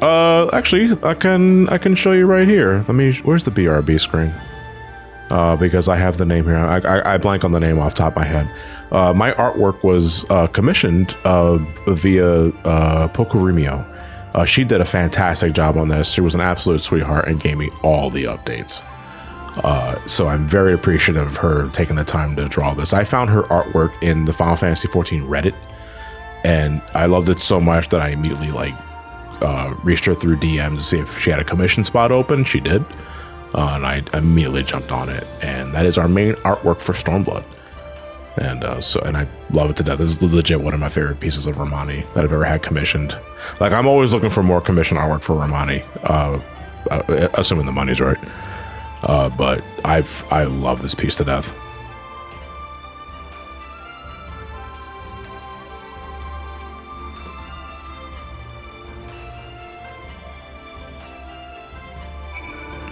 But her commission prices are a bit too much. Hey man, listen.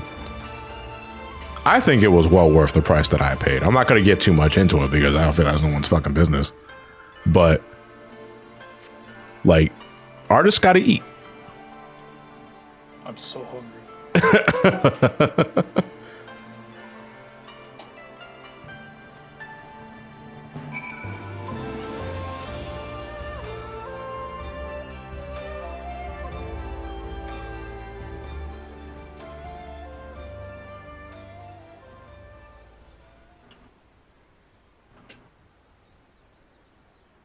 Look at so that face Ramani gave right there. Ramani looked like he just caught you saying something racist on Twitter.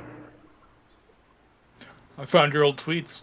Oh. How about you? Guess you're over.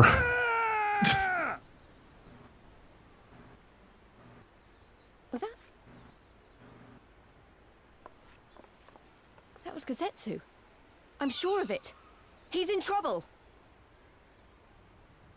Lise, wait! I suppose we should follow her then. It was funny because, like, at this point in time, like, Alize is now part of the main crew, but her vocal performance in Stormblood is still pretty subdued compared to how, like, haughty she'll get in Shadowbringers and Endwalker especially. So it's kind of a weird, like, sort of, like, growth spurt, or at least growing pains with the voice, with the vocal performance. How many is that now? 10 in a row? Is that the OBS logo behind him? Oh. No. That's the Kugane symbol.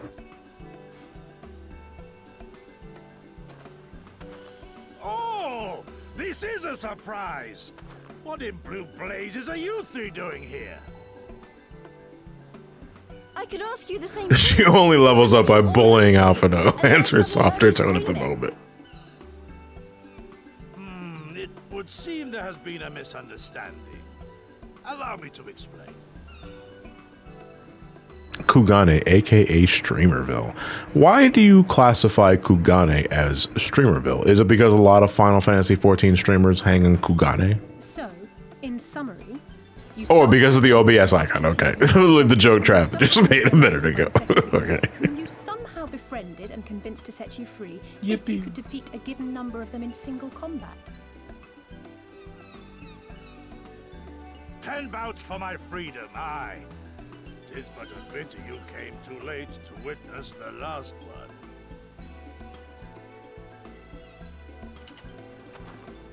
And with that, I'm free to go, yes? Our word once given may not be broken, but we pray. Also, because streamers do spend a good year here on their MSQ runs doing tower attempts, man, it couldn't be me. Circumstances notwithstanding. What if I tried to climb Kugane Tower again as a joke? Unless.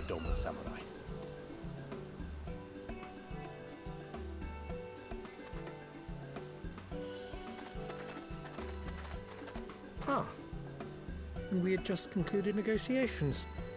I gather my assistance was not required. We gotta have a savage fight with a mid-fight jump puzzle. I mean, you can make the argument that that is just E4S.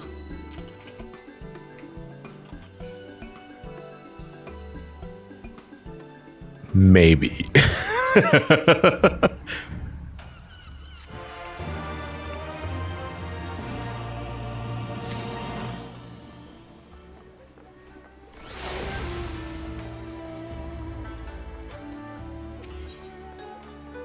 Okay, yeah, now we're officially going to the Ruby Sea. Let me do a quick check of side quests to see if there's any blue side quests. And the only one here is Idra Mishiragani, which again unlocks the housing ward, which I'm not prioritizing right now, or ever if I'm thinking about it. Because unfortunately, because I already own a medium plot with my main character, I cannot buy a house with any other account I make for this, with any other character I make for this service account.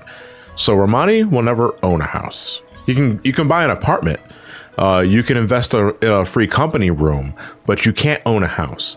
And I'm hoping at some point or another, the devs allow us to share housing with different characters in different accounts, for the same account.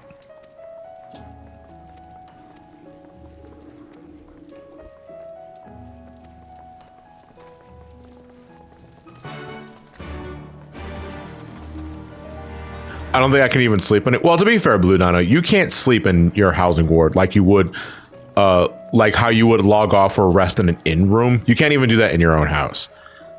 You only get that unique, like, log out animation from an inn room, which is kind of bizarre. I would think that at least your own housing ward would let you do that, but it's not the case. Ramani has been blacklisted from the housing market. Man, that's fucked up, but it's true. Yeah, the hotel industry has the monopoly on sleeping. I mean, find the lie.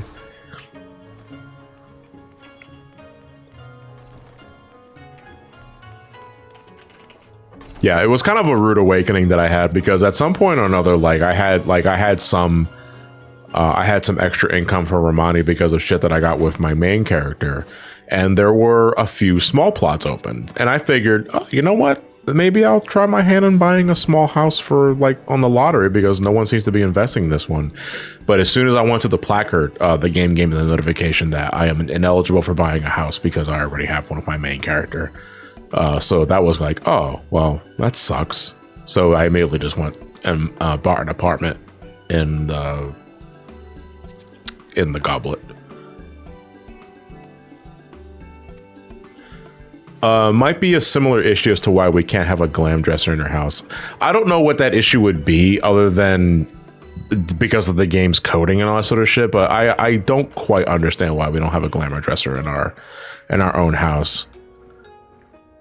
Because to me, there's always going to be a purpose for the inn rooms because of just how much is available. Because like in the inn room, you have a glamour dresser, you have the retainer bell, you have the bed to sleep on, you have the unending journey, which you can use to rewatch cutscenes, you have the toy box where you can replay mini games, you have an orchestrion jukebox so you can listen to tunes, and that sort of thing. And almost all that can also be in your house, but they don't have quite the same qualities to it.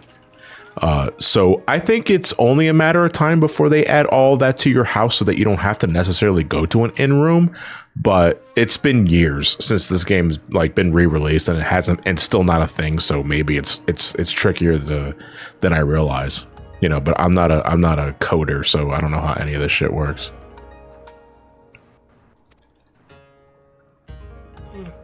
All right, I'm gonna bounce for a bit. All right, Trav. Have a good one. I appreciate the company. Chat. Have a good night.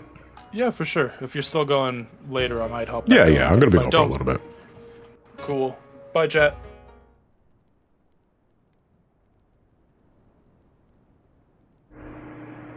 Redoing the codes will be a massive undertaking, no doubt.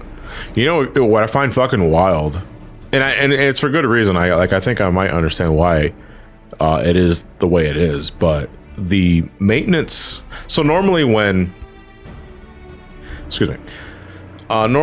the game goes down for maintenance right before a new expansion drops, that maintenance is 24 hours long. That means for a whole fucking day, the game is just down. You can't play it. The maintenance before Dawntrail is going to be 48 hours. 48 fucking hours. That is 2 whole days where this game is just not going to be up. And I got to tell you, man, I'm going to be going through some fucking withdrawal. But that's because we're not only getting a new expansion, but it's also coming with the graphical update. And I have no doubt that the graphical update is the reason alone why the maintenance is 48 fucking hours, dude. That queue time is going to be hell, dude.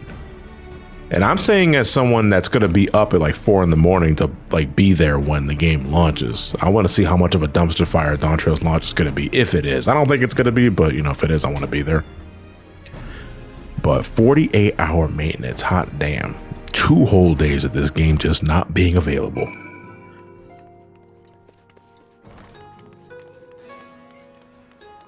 Well, you'll be at TMG first. No, I'm not. I'm going to TMG on a Friday and Saturday, but I'm not sleeping at a hotel or anything. Why would I do that? I'm fucking local. So it's like, no, man. It's like, I'm not going to be at TMG at 4 in the morning.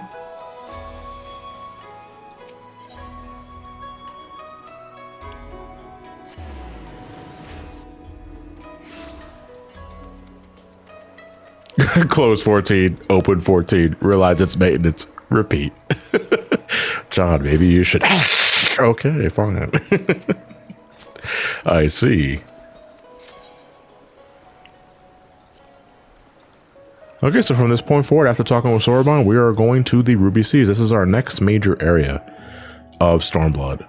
And I believe we are getting pretty close to unlocking our first optional dungeon of Stormblood. This is the Shishui Tides. But we'll get there soon enough. This is also the first area in the game, well, in the expansion that emphasizes swimming. Because, believe it or not, swimming in this game, and I'm talking just your regular-ass, basic, run-of-the-mill swimming, you going in water and swimming, was introduced in Stormblood. It wasn't a thing until Stormblood. I remember the water, how it turned crimson in the morning sun. Thank you for the tier 1 Cosmic Stand. Sup, Johnny and Chad? Hope everyone's having a great day or night. Yeah, my day is going alright.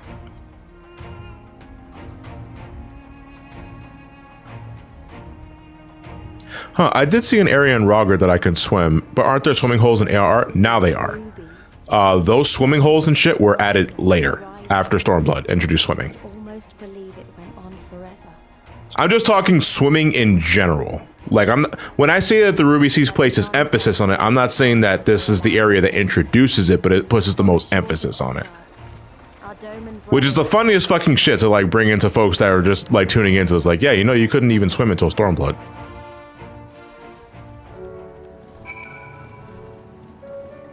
So this very, very, very fucking tall structure that we see here, this is heaven on high. This is our next deep dungeon. We're not going to be going into this place until post Stormblood. But that very tall Jenga tower you see there is our next deep dungeon, which we will be doing later down the road. And thankfully, compared to Palace of the Dead, it is only 100 floors as opposed to 200. They will never do 200 floors of deep dungeon ever again, and thank fucking Christ, dude. That shit was exhausting.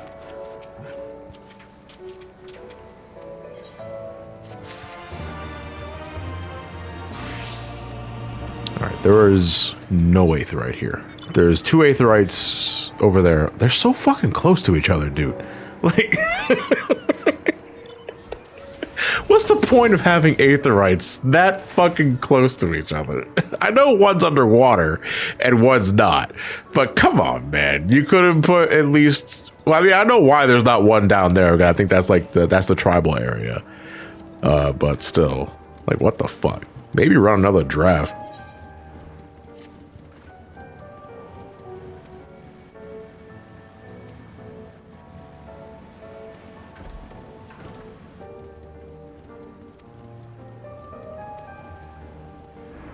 Alright, so we're not going to take a boat because they're tired of boats, and Lise gets the idea that we should just swim. No, in my headcanon, Ramani's an excellent swimmer. But Ramani can't hold his breath for too long, right? Oh, nobody can. Look at me, I'm swimming. Oh, he must have Stormblood. I can tell. He's in the water. I gotta tell you, man, the energy just make me stick out like a sore thumb. It's amazing I was able to do a stealth mission afterwards.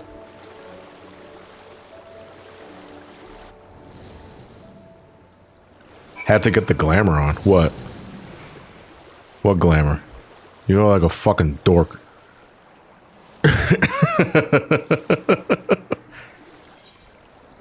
Yeah, so this little bit here that we're going through is just to let you know that, hey, you can just head into the water now. Which I know doesn't sound like much, but again, this was a new thing for Stormblood.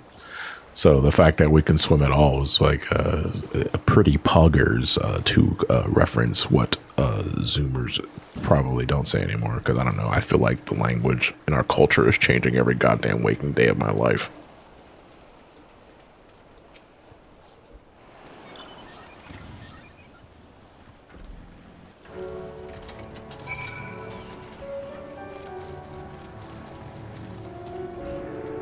This is definitely a fantasy role-playing game.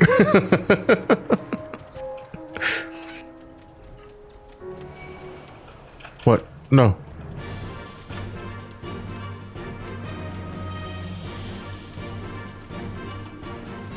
Poggers is now a millennial word. Okay. My mistake. Oh, Aether Current. Fuck, you know what? I actually forgot to see if there was anyone nearby. Bastard.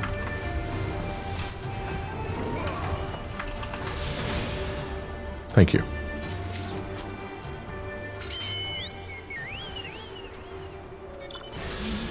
Oh yeah, you know what that reminds me? I never showed off Bob's new feathers. Where the fuck are my Geishel greens at, dude?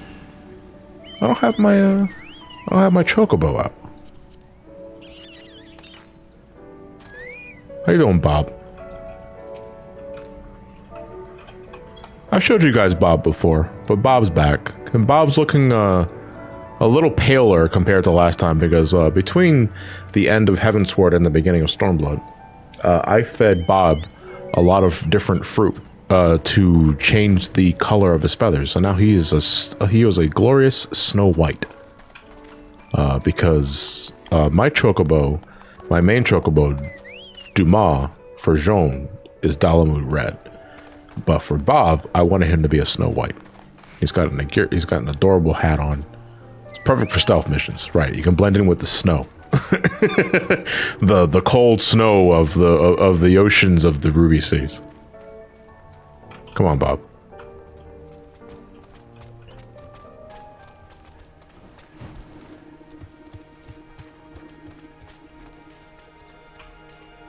I remember you.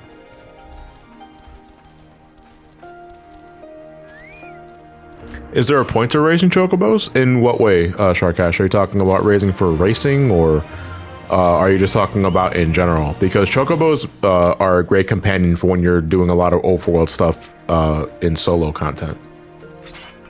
Because you can raise your chocobo to have 3 specific roles. They can be a tank, they can be a healer, they can be a DPS. Or if you have enough time in your hand, you can make them excel in all 3 categories.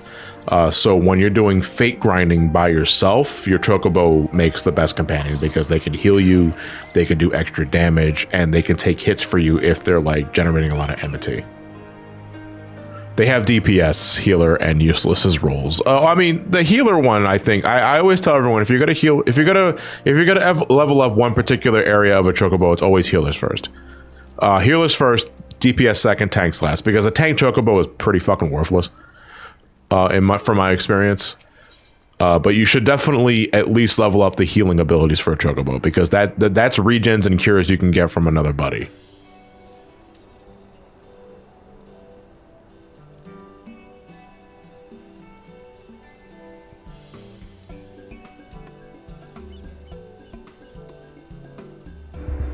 Just make sure you level them up when they hit level 10. When they hit rank 10, you have to give them a Thavnarian onion to increase the rank. I'll tell you one thing though, if you haven't, like, chocobos level up with you, they share your level of whatever current class you're rocking, which doesn't really make much sense because you can summon your chocobo as like your level 90 class, and then you switch to a level 13 rogue, and now they're suddenly level 13. Like, what the fuck happened? But If you're looking for the best means of leveling up the Chocobo for the sake of increasing the rank, Blue Mage, because Chocobo get a absurd experience bonus when you are leveling up your Blue Mage.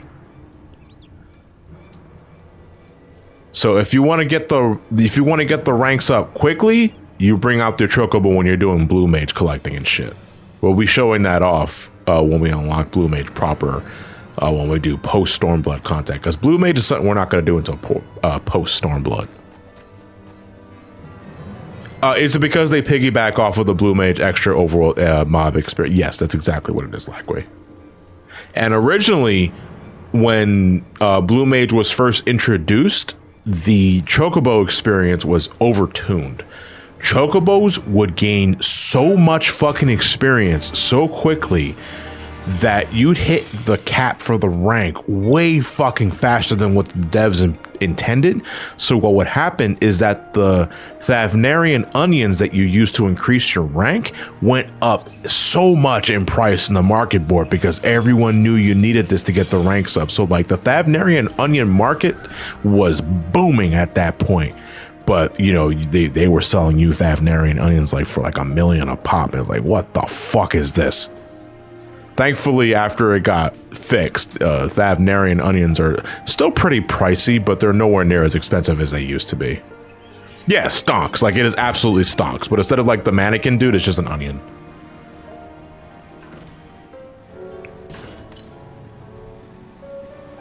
Damn, my next Aether Current ain't for another fucking mile. Performance enhancing onions is one hell of a fucking phrase. I wouldn't get that in a fucking Wheel of Fortune contest.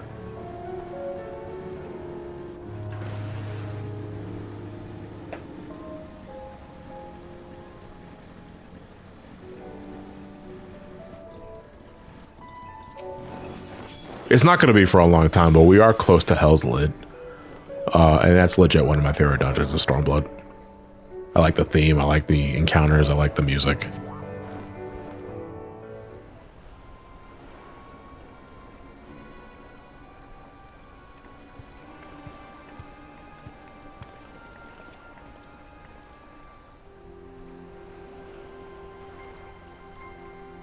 So John, I want your opinion. Would you recommend I try Final Fantasy IV? Yes, absolutely. It was my first Final Fantasy.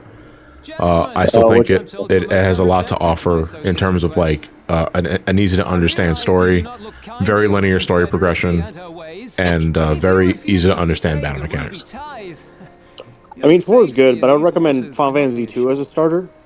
Fuck you, don't listen to this man. That better be the American 2 you're talking about. Well, yeah, it's the only one we got first. What is this? 1992. You remain at large because we allow it. Because you are such where are you in story? Level 61 going into level 62 stuff, so we just entered the Ruby Seas. How's it going, Fox, by the way? Pretty alright. I'm about to go home tomorrow after work, and yeah, my usual weekend grind of 6 hours of Rock Band. Yeah, but trying to get that trophy before TMG. What, the Bladder of Steel one? Yeah. Man, I mean, good luck. I know you didn't get the first attempt, but Jesus Christ. Like, how much downtime would you give yourself between attempts? Out of curiosity. So if I depends how far I get, because if I go like, let's say 4 hours in and I fail, I'm like, all right, that's it for the day. But like last time, since it was only 2 hours, I gave myself like a good 10-minute break, make sure everything was like good, and then try it again. So how tough is normal content when it's new? Not much tougher. The only difference is that folks don't exactly know what's up ahead, and they haven't had time to study the encounter to death. But normally you can pick up what's being offered pretty fast, from my experience anyway. But they were never so eager to pick a fight. Even when normal content is new, there is usually a bit of leeway. Yeah, you'll probably get 1 or 2 wipes, but 9 times out of 10, it's either the 3rd try or the 4th try. Yeah. People get it. As long as you have eyes and understand, like, how certain mechanics work, because generally the game is pretty good with, like, having certain mechanics consistent between encounters. It's pretty easy to pick up new encounters. The only difference is like when you go to like EXs or Savages or Ultimates. Yeah. I mean, even raids, sometimes it can cause a bit of issues, because usually they're trying to be unique, so they have like weird mechanics. Yeah. Or something unique to that encounter that you never see anywhere else. Mm-hmm. Zero the Hero, I can't really answer favorite Final Fantasy boss because I can't pick one. So I generally don't, like, I don't really think about those kind of questions where someone asks me what my favorite game is or what my favorite song is or that sort of thing, because, like, the answer is always there are too many. Spoken like a true friend of the Doman Liberation Front. If you're planning to rouse us with noble words and grand promises, it also really depends on what you feel like sometimes, because sometimes I would say, Kafka's probably my favorite final boss. Besides, sometimes there's Ultimecia. Yeah. It all depends. I mean, we're talking about like an encounter that I absolutely always enjoy fighting because my breath is always being taken away, like the Kefka's Tower, the final encounter of 6. When you just climb up the you just climb up the have to climb up the tower and you eventually get to Kefka. Yeah, I love that fucking fight, dude. All while our friend the Viceroy continues her favorite final boss. I'd have to run down the list of Final Fantasy to see what I think. So, like, starting with Final Fantasy 1, Chaos is there. Chaos is the OG one, but I wouldn't really. It's not a very interesting final boss for me. The Emperor is laughably easy if you have the Blood Sword. Final Fantasy 3's Cloud of Darkness can rot in a fucking fire. Especially the OG release. The Cloud of Darkness can't... I don't really care for Cloud of Darkness. I mostly do not give a shit about Crystal Tower. Yeah. I mean, that's kind of the thing, right? The Crystal Tower experience, before even getting to her, just stinks up the whole fucking encounter. Although, I'm speaking from the OG release. I'm not talking Pixel Remaster. Because Pixel Remaster made it a lot more bearable. Even the DS port fucking, like, Crystal Tower like, it's not fun, dude. And, like, and again, the OG encounter, like, it's literally just fucking flare wave spam. And it's just, like, the most uninteresting shit. Zeromus, Final Fantasy IV is great. I love Zeromus. Neo X-Death in 5 is also great. I already said I love God Kefka in 6. Sephiroth in 7 is iconic. Yeah, even if Sephiroth, here's though, outside of Supernova, say for Sephiroth is kind of a big nothing burger though. No. Because outside of that, I can't think of anything else that comes remotely close to being dangerous. Just waiting for Supernova to finish casting. Yeah. Ultimecia in 8, I don't have any experience with personally. I've just seen footage of it. It's mostly the pre-fight with Griever that's really good, and then, like, when the song drops, you just get hyped, I would say. Necron in 9 is a great battle. But he's just there. He's just there. And also, Grand Cross can suck the largest cock. Because if you get a bad roll on what kind of status effects it gives you, the fight can just fucking end right there, and it sucks. That means you gotta fight Kuja again, too.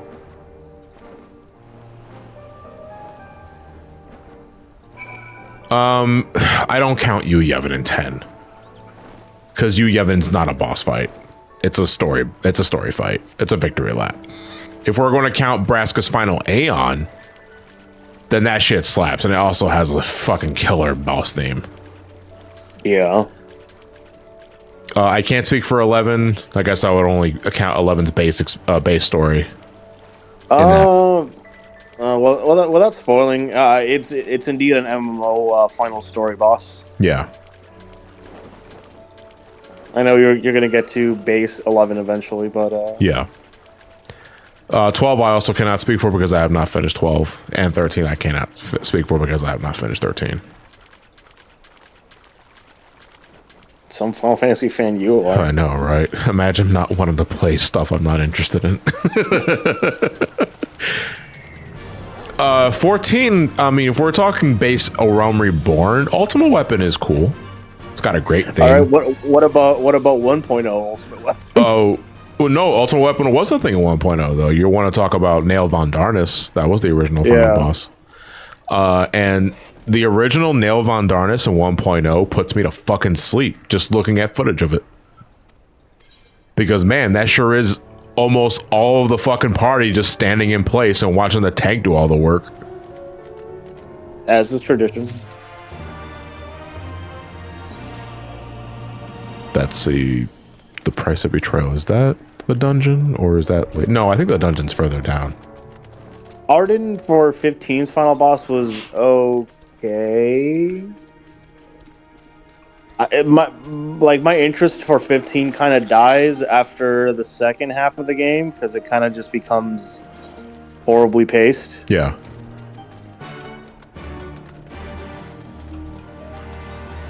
And then not counting the DLCs where the final boss is a book. You know, when you say it out loud, kind of fucking lame. Yeah, I saw the video of 1.0 first fight, and it's like 10 minutes of them standing in place, dude. Yeah, man, it's like, this is like some of the most uninteresting shit I've ever seen in a fucking video game, dude. Like, most of them are not even moving. I'm pretty sure there's a lot of like moving parts to the encounter that I'm just not seeing. But even after having 8 to 9 years of 14 under my belt, trying to retrofit my knowledge of what I know now into 1.0's battle mechanics, it's like, nothing's fucking happening.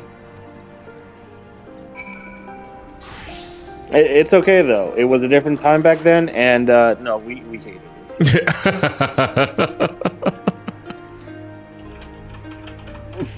No, classes existed in 1.0. They were just lame. Wasn't, for Paladin specifically, wasn't there like 3 different branches of that fucking class? Like, you had Gladiator, then I think there was Sentinel, and then there was Paladin or some other shit? I'm not entirely sure on that. I wouldn't know, because all I was able to play was just Dragoon for the short time that I did play. I see. Why am I on a crab? Why aren't you on a crab? Zero the Hero 18. I think is the more important question.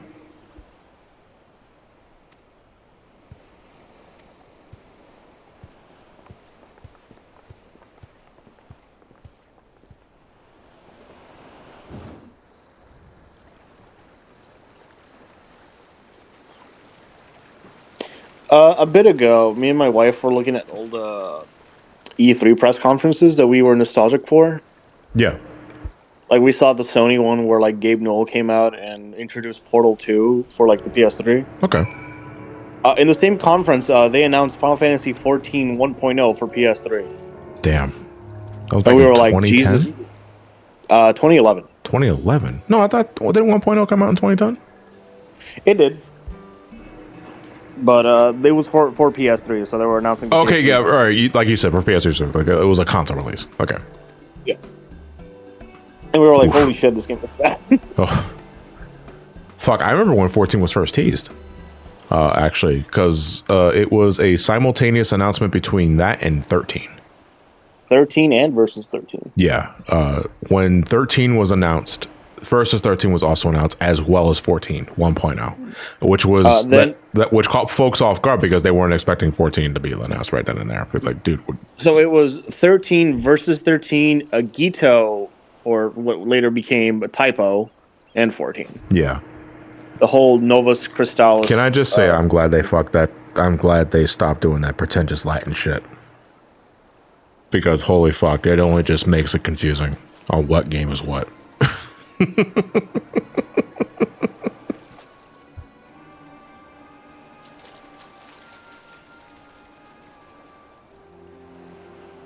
In what world did they think 1.0 was ever going to run on a PS3? But 7 cores, like we. I mean, if you look at the minimum requirement for 1.0 and 2.0, it's not too different. Such indiscriminate shows of force, And pointlessly ARR did run on PS3 at 720p, 20 FPS, I think. Yeah, I was gonna say it's being a little generous, but like no, it's still smoother than Ocarina at the time. Over there, someone's coming. Until you actually go to a city state and fucking everything just goes Everything down. tanks. Oh God, it's her. It is she, sworn enemy of Doma, of my master, the traitor who sold her homeland to the Garleans, Yotsuyu. The Viceroy herself. And look behind her. Isn't that... I can fix her number too. Well, speaking as a player of this game, fuck that. Fuck her. It's okay though. She has a redemption. It's okay because she has big steppy energy. God, don't. I remember that fucking patch trailer. You know the one I'm talking about. Come now. You've no reason to look so afraid. You have lived through a quarter of a century of Garlean rule, remember? Yeah, I mean, I'm in the same boat. Don't get me wrong, like, than stand tall and be broken. Yotsuyu achieves her purpose of being a villain you absolutely just want to smack in the fucking mouth. And later down the road, she does get a compelling arc. But man, it takes a bit. It's not only takes a bit, but I think a lot of folks that fucking stand this woman skip dialogue or text or just cutscenes in general. Because she does a lot of heinous shit, dude. A resident of your village. Well, yeah, the player, like the casual player sees her and then like neuron activation. Like, whoa. He was attempting to flee to Kugane. But we both know that simply isn't. Like there are the one thing I will absolutely I do love about Yotsuyu is that there are layers to this character, and that's what I asked for in a villain. She's way more fucking interesting than Xenos. But it's like it kind of gets under my skin when folks just ignore all of that because woman who smokes and who steps on people. Am I allowed to say that I was tired of Xeno by the end? Oh yeah, absolutely. I mean, I've already expressed my thoughts on Xenos, at least as far as Stormblood goes, because as I said before, there is beauty and simplicity when it comes to heroes, villains, what have you. It's a different story, though, when they are a central character to the narrative. And if I find them as thin as a fucking rain puddle and the game keeps insisting that they're more, I have issues. And that is ultimately my problem I have with Xenos specifically. It felt like later with Xenos, he was like, the big issue with I found is just like he constantly came back for no fucking reason, I would say. And then I kind of realized, I know why. He was a fucking DLC character with Dissidia. Yeah. So it's like, oh, okay, so you're just using this from like for advertisement. Dissidia. Yeah. Like, please play Dissidia NT. And then the world said no, and then Square Enix was like, fuck. Yeah. I've always had I mean, there are things about Xenos I do enjoy. It's just, to jump the gun here, the game is going to push this fucking thing where he's a dark reflection of the player character. And it's like, no, he's fucking not. And I know that is a very sort of like contentious thing. Your mileage may vary greatly on that because it depends on what your player character is. Like, are you a bloodthirsty hound? Are you a goody two shoes? Are you the anti-hero? What have you? It could very well it could very well apply to you. It's just, it kind of puts your player character in this default sort of state where, oh yeah, your character absolutely would do. It's like, no, they would not actually. And I don't like that you were trying to say that my character is like this, and when they're so fucking clearly wrong.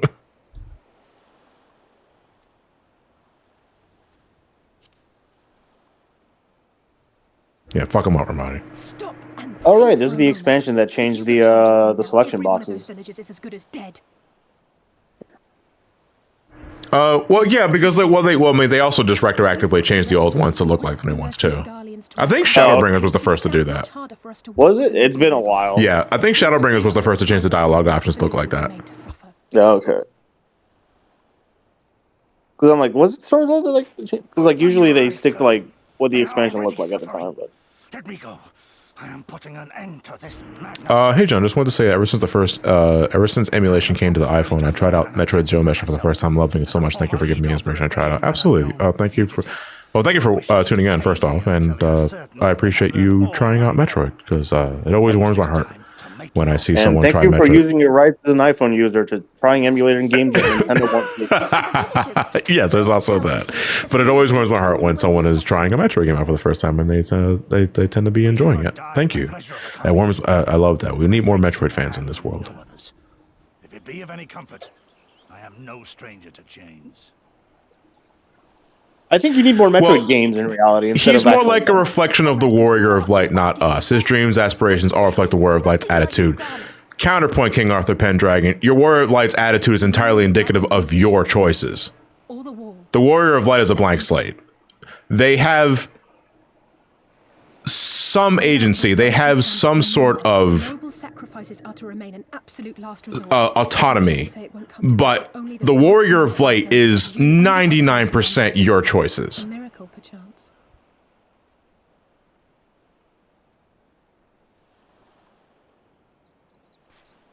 And in reality, most of their choices just means flavor text. North and east.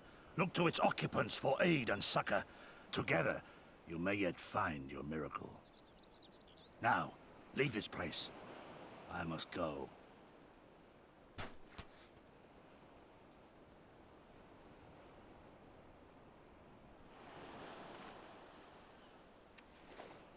Oh.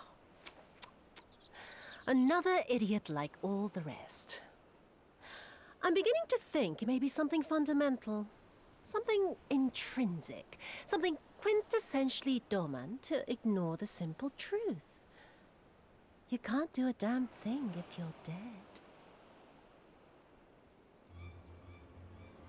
Enough, Yotsuyu!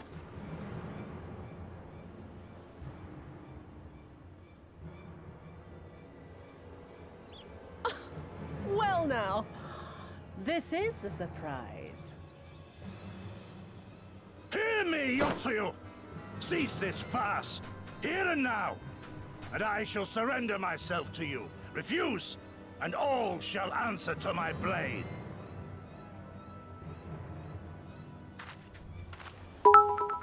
What's a tower in the background? It's a game of Jenga funds. Pay attention. Yeah, it surely won't mean anything catches later. Hey, Card, thank you for the bits. Much appreciated. Hey, John, have some bits just because. Also, I guess your Raycon ad found its way to me because I just got a free pair from a friend of mine. Free pair, more like it's a second hand. You can have it. I don't want to play with you anymore.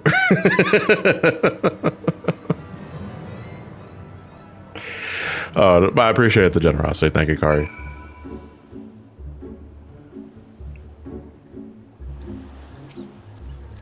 Did she turn that flintlock into a pipe? Yeah, multi-purpose, dude. Fucking turn it 90 degrees and makes Julian fries.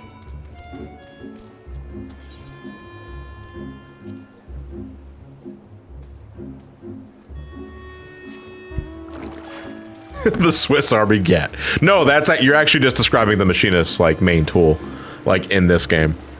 Because my favorite thing about Machinist getting reworked for Shadowbringers is that they made Machinist more in line with Edgar from Final Fantasy VI, where it's not so much having a gun, it's just they have a big fucking tool that does everything. Auto crossbow, bio blaster, flamethrower, drill, air anchor, chainsaw, all comes from this same big ass thing that they carry around with them, and that's essentially the Swiss Army Gat. But it is fantastic, dude. Like, Machinist got so beautiful starting with Shadowbringers, but they had to stumble to get there because Stormblood Machinist fucking sucked. It's always fun seeing how Square Enix designed like Machinist characters. How so? Outside of this game, Because in Final Fantasy 15, Prompto is your general machinist. Who handles guns and stuff. But you would see him. You can equip him with other weapons, and you would see him like pull out a chainsaw and stuff like that, and attack enemies like that. It's really cool how they do their best to design classes, I guess. Now, if Flamethrower was actually useful, the only thing I hate about Flamethrower nowadays is that you don't automatically target whoever you want to use it on. It is an ability that you activate and it goes wherever you're facing at that time. And that fucks with me because sometimes I think I'm pointing at the direction that I want to aim the Flamethrower at, and it ends up I'm whiffing the whole fucking thing. And the moment you move, the Flamethrower action ends. I would have preferred if Flamethrower targeted a specific enemy and that you automatically face that enemy when you use it, like a general GCD.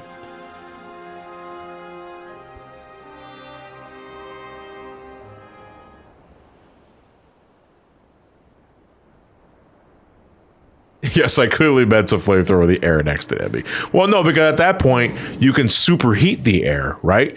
And the enemy then breathes in that superheated air, and then it cooks their insides.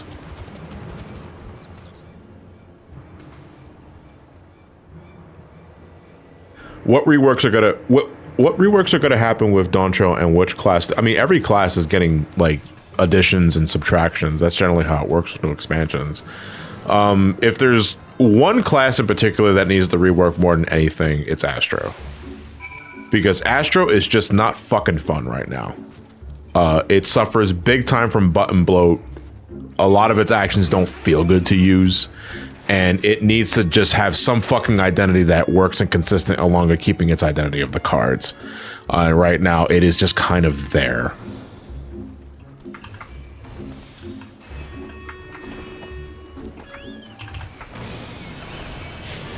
Beat his ass, beat his ass. I actually don't think these guys, I don't know if folks can help me when enemies spawn like this, because normally in other quests, if a quest requires you to spawn and add, other players can't help you because the enemy belongs to your duty specifically. Wait a minute. Wait a minute.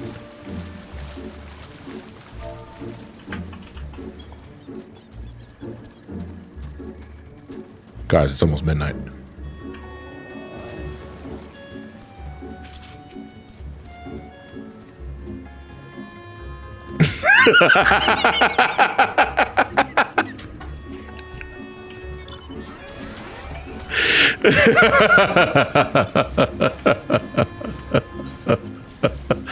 I'm gonna go to this quest marker first, and then I'm gonna attune to that aetheryte.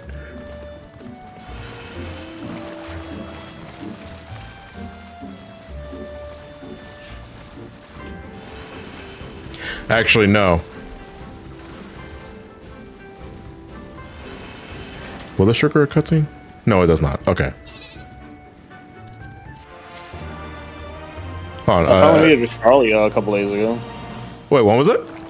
I finally made it to Charlia. Well, India? Yeah. I don't know what okay. Razadhan. Yeah, I finally made it there.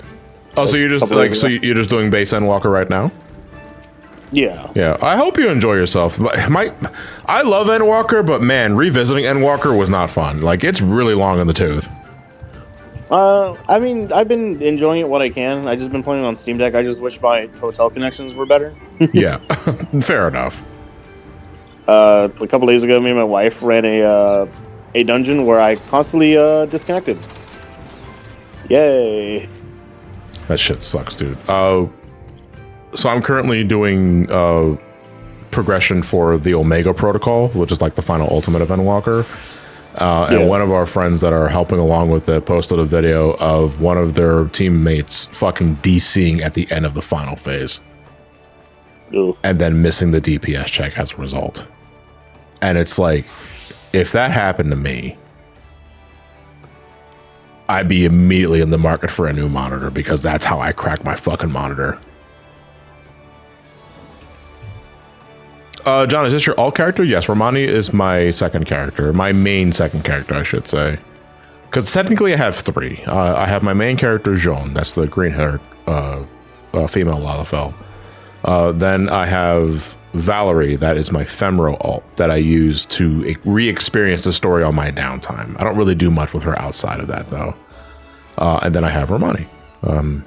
He is my stream character, and one I also plan on doing everything with.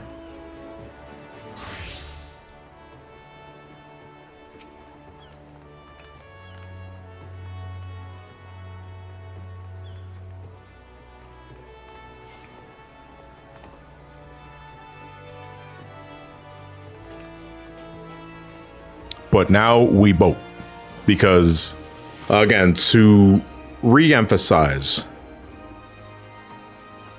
ocean fishing is available every 2 hours on the hour. It depends on your time zone, but I'm Eastern, so midnight is when the next boat is available for me. Oh wait, shit. Do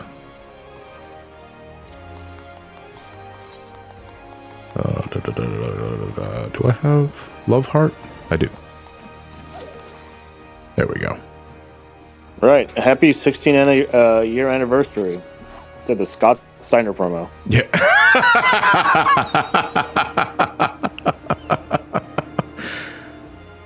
When can you get to Tamamizu? Because my fishing quest is there. We're actually really close to unlocking that 8th, right? Blue Dino.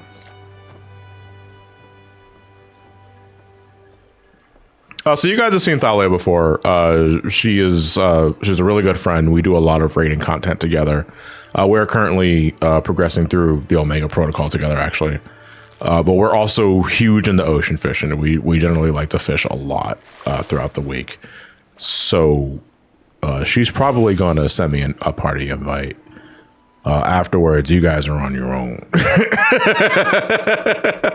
But you don't need to be in a party to do ocean fishing. Literally, as soon as you talk to the girl, you're automatically placed in a party.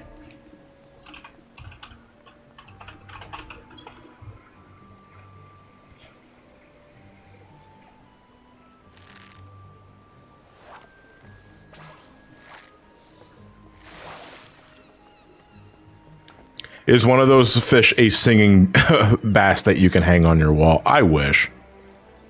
If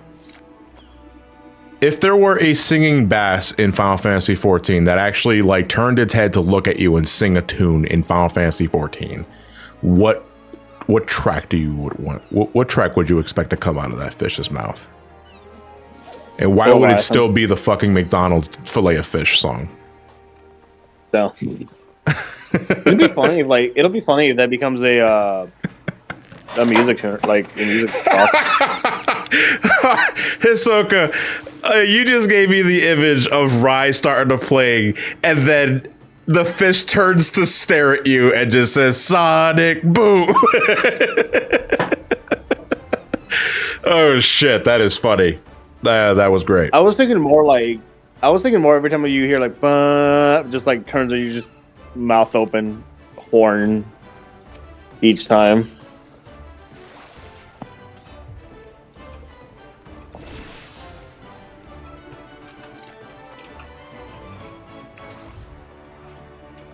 Now we're gonna play a fun game of whether or not John forgot to turn off his plugins.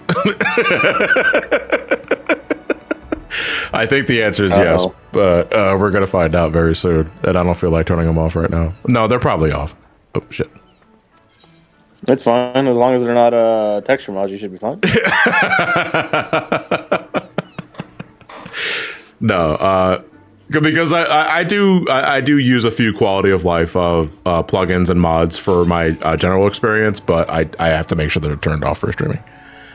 And that sort of thing. Ready for those to be all broken in the next expansion? Yes, that's good. That's what honestly, my favorite thing from those that like in the modding community is that everyone like just goes back to the default state when plugins are down, and everyone's just like sort of down about it.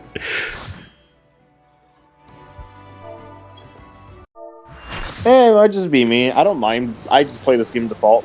I don't have any wants to play this with like reshade or anything like that. I find the game looking fine. You ever have a fish turn to you and start whispering, "One brings shadow, one brings the light"? Hey, Alex547, much appreciated. Thank you for the raid.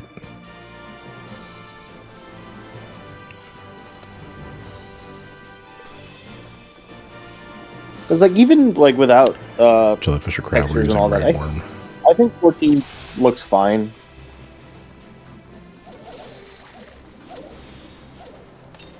Honestly, and I've talked about this before, but I'll share it again. Like I've had that kind of like 3 a.m. fridge logic moment while I was looking at the benchmark again.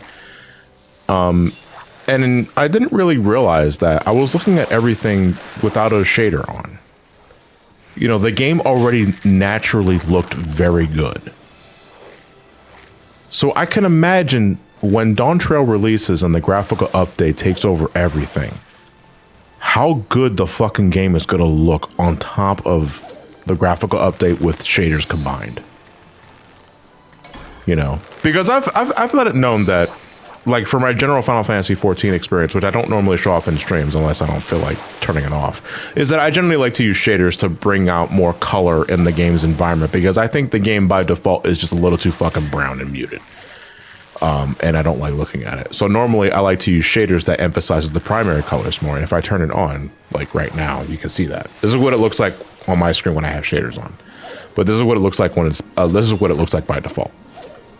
And I think under most circumstances, this is just too muted, especially in darker regions, where that shit is just brown and muddy. But with the graphical, with the graphical update coming out, holy fuck, a spectral current, what the shit?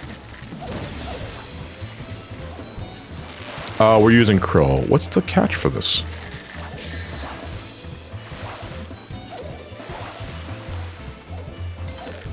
Uh, 5-6 seconds. Okay, 5-6 second. 2 byte. I'm assuming it's a 2 byte. 2 byte. Okay. Thank you. Leave not flags. Listen. But yeah, man. Like when the graphical update like drops, the game is already gonna look naturally much better. But imagine how it's gonna look with fucking shaders, dude. Like that makes me drool at the mouth of how much better this game is gonna look.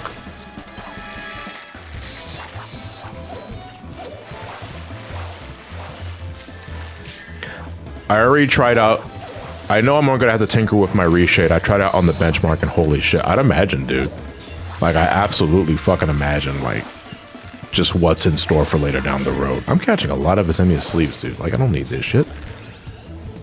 I guess it's just me playing this game on console for so long. Like I just don't mind playing it vanilla. Yeah, and honestly, like the game right now doesn't look too bad because I actually fucked with my gamma settings. You know, because by default it's at 50, which is absurdly high, which is why everything looks so washed out. Oh, it's Mythos Sovereigns. Okay, this is a Mythos Sovereign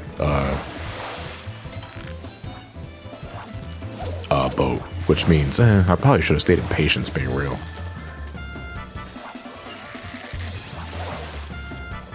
Let me use another one. Is there a fishing event tonight? No, it's just that ocean fishing is up right now, and I like to sidetrack myself with the ocean fishing because I need help. Then again, the only time I really ran this game at max settings is when I'm home on a desktop. Yeah. While 9 times out of 10 I'm like playing on medium settings, so I'm just used to like the game looking just okay. Yeah. Holy fuck, I did terrible. Was not paying attention to that at all. This actually fucking sucks when I'm doing a live stream, right? Because I can't pay attention to the kind of baits. I even forgot to reel in my hook. Look at that. You saw that? I'm fucking too busy talking to you guys that I ain't even reeling my fish, which is entirely my fault. That's entirely a Krill issue on my behalf. But it's like, what the fuck? You didn't even reel on the fish.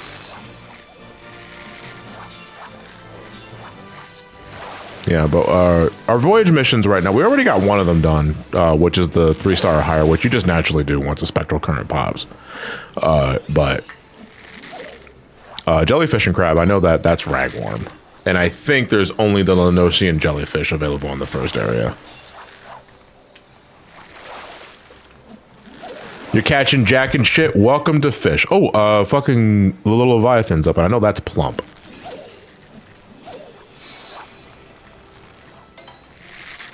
But will we catch little Leviathan? Here's the thing though, because normally I like to use a website or plugins to help me with my fishing stuff, to help me get points and that sort of shit. But after you do this a certain amount of times, you just kind of remember what you need to use. And I do remember that little Leviathan is plump, because now we got the fisher's intuition, but we only got 30 seconds left on this sort of shit, and I'm not even guaranteed to catch it. So will we catch it is the question. We got a jellyfish though, 1, like out of 7.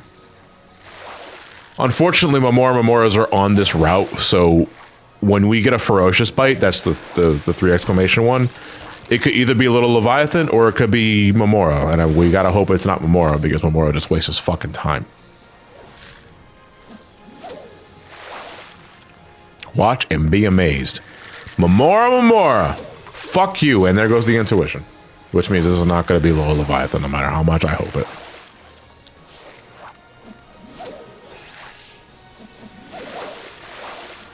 All right, back to Ragworm. We only got like a minute left in this instance because something I neglect to mention during the last ocean fishing adventure that I live streamed is that when this timer reaches below 30 seconds, you're not allowed to throw your line out anymore. Because they want you to. They want to give you this cooldown period where you can, you know, restock on your bait, sell the fish that you just caught, or finish reeling in whatever you already have on your hook. But once it's past the 30-second mark, you can't throw your line out anymore. So sometimes it's kind of a fun little game of, can I get my line out before it hits 30 seconds so I can get one more fish? And sometimes the answer is no, because your reel animation is taking too long. So you're definitely getting the final fish title on Ramani, right? I will get the final fish title on Ramani after I get it for Jean. Because you are fucking real that I'm going to make a fishing live stream series where Ramani just travels the world and catches all manner of fish. But not until I do that for myself on Jean. Because I've seen the world of trying to catch those elusive fish. Your ruby dragons, your cinder eggs, the feast of famine bullshit. Is there any other fish that I'm forgetting that's like really obnoxious to catch? There's a lot of shit you gotta do to catch some of these fuckers. And I think that make for some pretty interesting live stream content. That'd be like the most relaxing fucking brain off stream that we'll ever do. But it's something that we can do later down the road. Warden of the Seven Hues. Which fish is that, Mordecai? Oh, wait, is it that rainbow fish?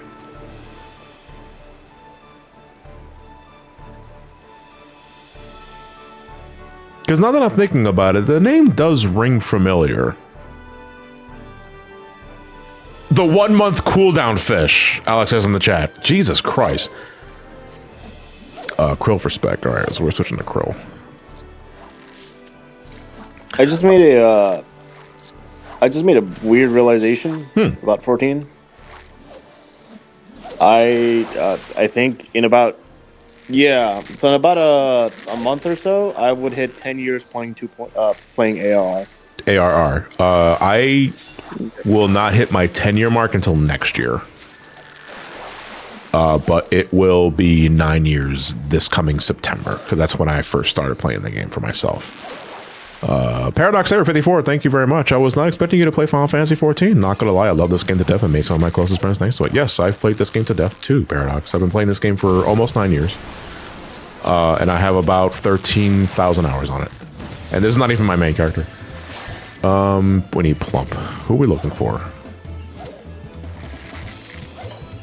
It's funny thinking about it. I've been playing this game for about 10 years. And I've yet to unlock any crafters or gatherers. Funnel Shark, hoo-ha-ha. That means it's the only... Funnel Shark should be the only 3-bite in this route. Which means if the stars align...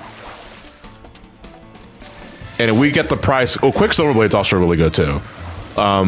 If the stars align and we get price catch along with the triple hook with the 3 exclamation point, then we'll be reeling in the big points. Because catching 7 Funnel Shark and their larges, that's close to 3,000 fucking points. But we gotta hope the stars align. So we're switching to Plump, and we're looking for 3 bites. Come on, Funnel Shark. I love you, Funnel Shark. Funnel Shark, I love you. That's a 2-bite. No, Funnel Shark, no. No, Funnel Shark. Funnel Shark, I need you to be here. I need you to be here. No, that's a 1-bite. We're looking for 3 exclamation points because that's Funnel Shark. That's the Pog Shark. Like I know, I was like, I'm saying these names and I'm not giving you guys context for all this shit. That's the pog shark I have in my aquarium tank. And I need to have, oh,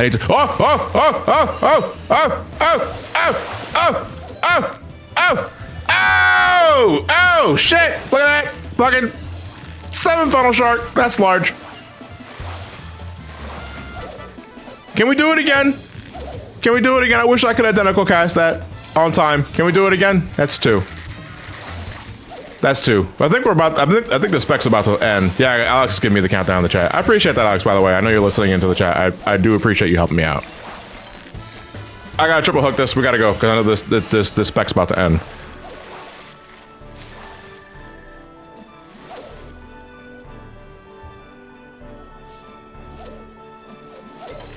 That was a good spectral current. Because I got set. What do you mean the fucking fish got away? Never mind. This route sucks. It's an MMO. Your luck may not happen twice. That, as someone who has done a shit ton of ocean fishing on my main character, I have gotten 7 funnel sharks back to back on a very good boat. That was my highest scoring boat. The highest I've ever scored in ocean fishing was 35,000 points. That was a good fucking boat, but I've never gotten that high again. Like the second, normally like on a good boat, I range between like 23, 24,000 points. But on that boat particular, I had all the luck. Like, and that felt fucking good. Like I felt invincible.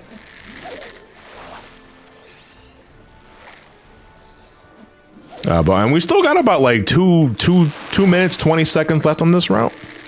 So I can focus on, I'm still using plump, dude. What the fuck? I should be switching to krill. Cause, the intuition fish for this route, particularly the Gladium Bay, is the drunk fish. And that requires you to catch, if I remember correctly, 3 Gladian chovies. And once you do, you get the intuition. The drunk fish, the drunk fish is a funny dude because it has like a really fucking ugly face. But you know they're trying their best. Normally I avoid fishing at MMOs, but this looks kind of fun. Ocean fishing is legit one of my favorite activities to do. Like it's very no thoughts, head empty bullshit. You also get a really cool view. I love looking at the ocean sky and the ocean just from this distance. It's really nice. And I love the trip I have for Ramani for fishing. Hey, this is the same view outside my hotel. Yeah, what? Nothing but water and the sea. Yeah, I'm at a beach resort at the moment. Yeah, okay, no, because I kind of misinterpret it as like, yeah, my basement's currently flooded.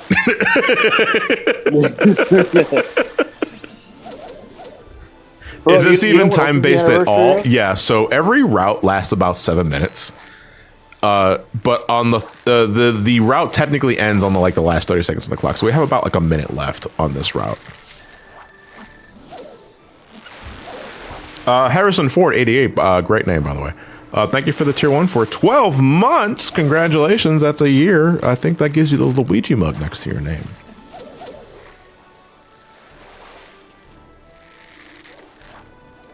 So 13 years ago, the compromise to a permanent end Cena thing happened. If you remember that. Wait, one more time? Go right ahead. Remember when John Cena announced the death of Osama bin Laden after Extreme Rules? No. Where he couldn't say we couldn't say the death of Osama, so he put a compromise to a permanent end. Osama bin Laden. Cast the line. Okay. We got the intuition last second, and I chummed so that the bite time will be significantly shorter. Can we get drunk fish before this route ends? Can we get drunk fish before this route ends? Can we get drunk? Never mind. We were looking for a 3 exclamation bite there, because that's drunk fish. That would have been the hype as shit if that managed to happen, but it wasn't meant to be. So anyway, John Cena mentioning the death of Osama bin Laden. I forgot where this conversation was going. Well, that hit 13 years, and because it was PG era, they couldn't say death, so they put compromise to a permanent end instead. Okay, I guess rocking a home for infinite losers energy with that compromise. Yeah, I suppose. No, he's not dead. He went to a different dimension. The next dimension, right? Yeah. Paradox Saber, favorite expansion Endwalker, favorite class Dragoon, favorite normal raid Pandemonium, and favorite alliance raid Yora. Favorite expansion is Shadowbringers, favorite class is Warrior, because that's what I main. Favorite normal raid, Interdimensional Rift, that's Omega. Favorite alliance raid, Evilise. Crab time, so we're switching to Krill. This should be Krill. Let's see. Mine would be Heaven's No, Will, it should be Ragworm, actually. It should be Rag. Favorite class would probably still be Dragoon. Yeah. Normal raid, I'll pass on that, and alliance raid, I'll also pass on that.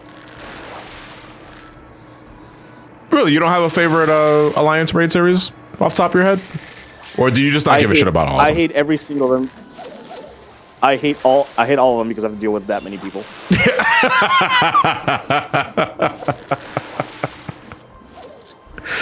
Fair enough, but I don't know. Like I can look past that, especially for Evilise, because Evilise is so fun. Evilise is fine until fucking people don't know how to take a fucking Tide Pod.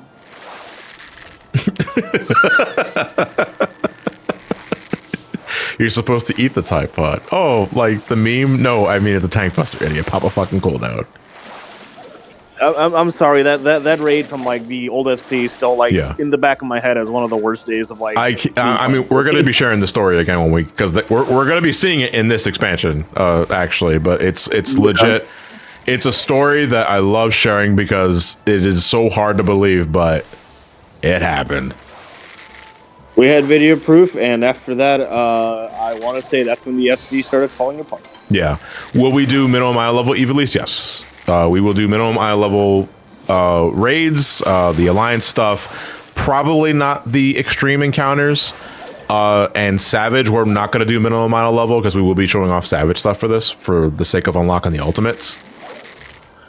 But we will be doing minimum eye level for like the normal raid and the Evilise stuff because I like to demonstrate what the fights were like at least as close to on content as possible. And specifically with Evilise, I want to harken back to my first ever experience with it, which is probably the most dogshit run of the Royal City of Ravenasti I ever had in my playtime of this game. Like, I am not fucking kidding, guys. Like, the instance timer for an alliance raid, I think, is 90 minutes.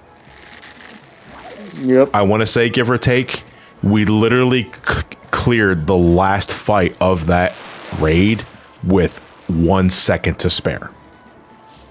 It took us an hour and a half to clear the Royal City of Ravenasti when it first came out because everyone was just on their fucking Z game. The fish got away. Whoa. That raid had its issues because of some certain partnerships is probably the nicest way I can say it. Yes. But that's me trying to just generalize it without putting people on blast specifically, if you understand. Same. Yeah. But, like, as a person who was there, you could tell which party had different players who were more experienced than others is without hindering too much. Yeah. What are those blue and green dots at the bottom right? Is that part of the game? That's my inventory. That is my inventory, and it basically just shows you like how much inventory slots are full.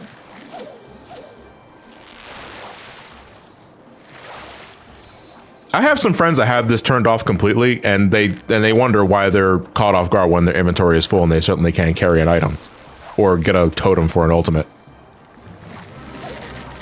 Hey, Derek, thank you for the raid. Party at 35, much appreciated. Ali Toad. That's Endwalker. Oh, is Derek doing Endwalker stuff right now? Godspeed. I hope you enjoy yourself, Derek, because Endwalker is quite a journey. A little long, but quite a journey if you've been paying attention to the adventure the entire time, which I know you have been. Derek has officially reached Endwalker. We just introduced him to Labyrinthus. Okay.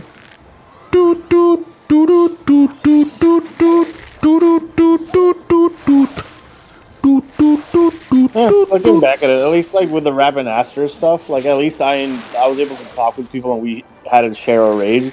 Yeah. It won't be.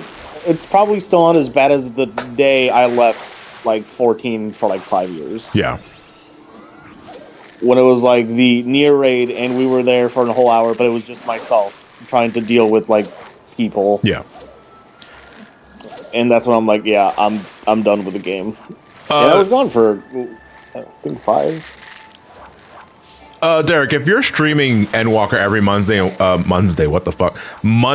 Wednesday, I'm not sure how many hours per session, but if you're doing that every Monday and Wednesday before the launch of Dawntrail, you're going to finish well before Dawntrail's released. I think you have no problem with that. That includes doing all the, oh my god, the fates align. What the fuck am I switching to? Bart! That is a 5 to 6 second one bite, but I gotta be careful because I might accidentally pull up a wild urchin if I remember correctly. We're looking for Bartholomew the Chopper. It's a crab. And if we triple hook this son of a bitch and it's large, it gives us the most points, but it's a 5 to 6 second bite and he is not alone. I need full concentration for this. This one looked like it. This one might be Bart, but it might be wild urchin. Let's find out. Survey says that is a wild urchin. That is what we don't want to see. All right, let's try it again. Hey, you're playing Yakuza 0. That's great. After you're done with Yakuza 0, please stop playing Yakuza 0. Oh my god, this is already over. What the fuck? No. Wait a minute, wait. All right. I got one thing here. Here we go. Here it comes. No, this is not Bart. This is a wild urchin. This is a wild urchin. This is absolutely a wild urchin. This is a wild urchin. That's a prowler. It's even worse. What the fuck? This boat sucks.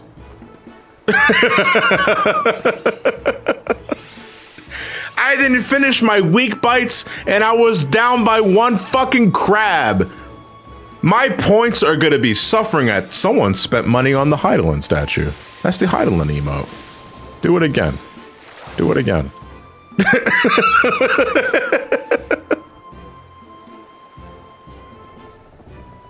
All right, and that's it. That's it for the ocean fishing. Again, there are 3 zones specifically. Alex, if you're listening, and I think you said you were listening, thank you for helping me out. Much appreciated. I'll be back to my normal bullshit tomorrow. Because I'm getting close to 3 million points on Drone. And if you get 3 million points from doing ocean fishing, you get the world-class troller title. Let's see where I ranked. 4th place, not bad. And with that, I'm going to take my leave. It's almost like 10 over here, so I'm going to go pass out. Yeah, that's all good. I appreciate the company, Fonz. Yep. Have a good night.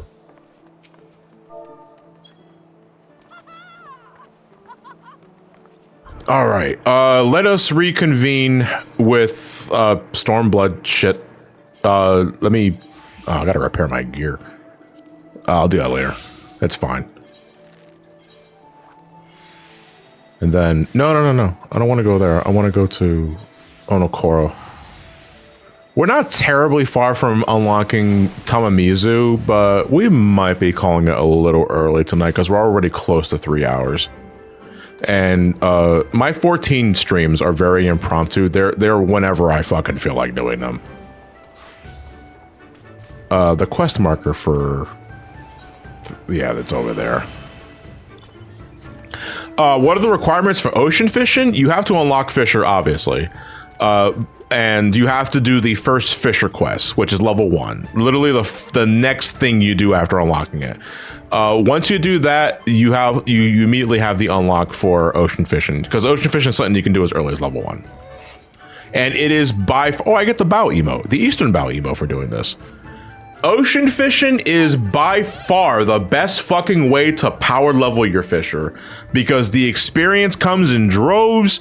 You get experience points, you get scripts that you can use to spend on shit that you can put on the market board, or at least get yourself fitted with some new gear if that's what it is. A lot of miscellaneous stuff that will help you down the road. Nowadays, for me, on my main character, ocean fishing is not something I do on my downtime, but it also makes me a good chunk of change on the side too, because those scripts that I get, I spend on materia that gathering materia that I can put on the market board and sell to those that are trying to stockpile for Dawntrail. Because right now, what you're seeing with a bunch of the community is that they're preparing for Dawntrail. They're getting their classes leveled up, they're getting their gear outfitted, and they're stocking up on crafter and gathering materia so that when the new shit drops, they can immediately start power leveling their crafters and gatherers so that they're ready for the end game raid scene for Dawntrail.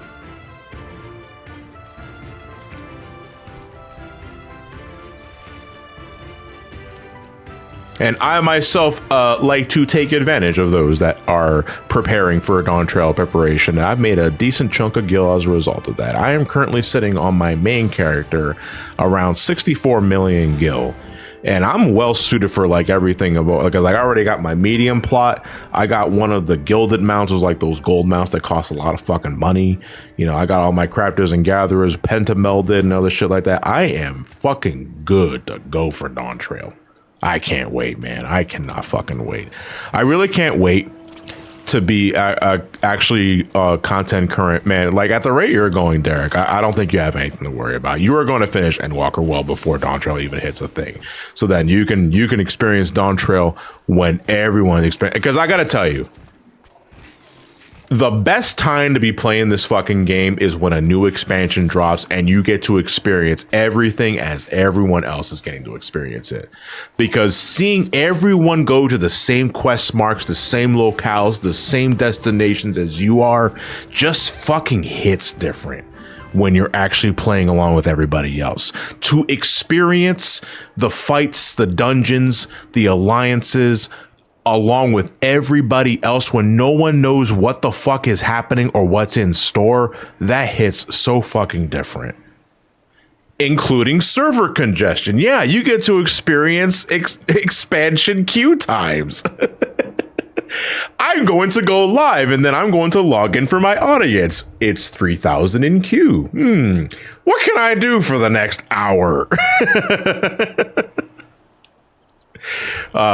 But that's generally like the worst of it. Like the first week of a new expansion launching is generally like the worst time to be playing the game in terms of queue times, because everyone's trying to play the game. You know, everyone's trying to get in on that experience at the same time. I wonder if they'll be prepared this time. I have no doubt that the queue times are going to be better than they were for Endwalker, because Endwalker, we were talking about this in the last session, but Endwalker was the culmination of like the myth arc. Like it was the conclusion of the current storyline. There was already a lot of hype for it because Shadowbringers did so well, and there were a lot of prolific WoW players like jumping ship to Final Fantasy XIV, at least for a little bit before they jump ship back to WoW.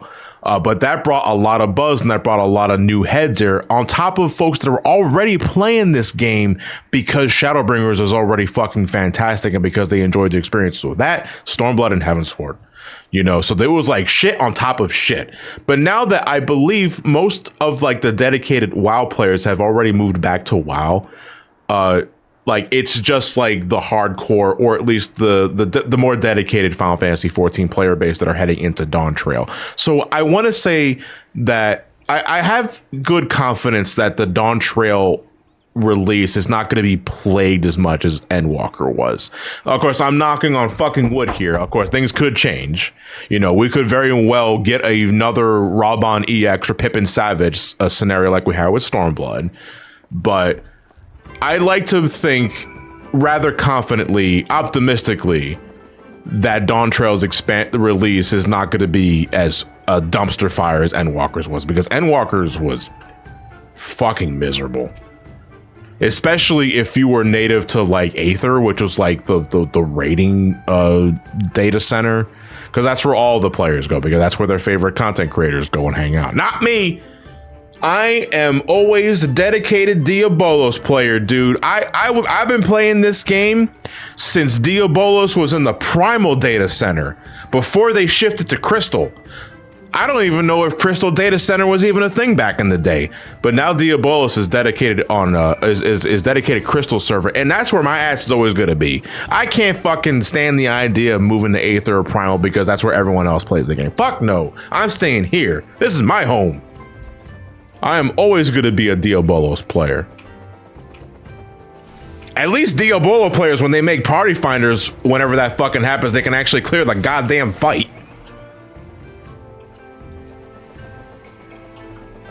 Fuck am I going? Right. Who's ready for the line? Part 2, man. Well, you mean part 3 because there are already 2 lines in Stormblood. One for Raubon and one for Pippin.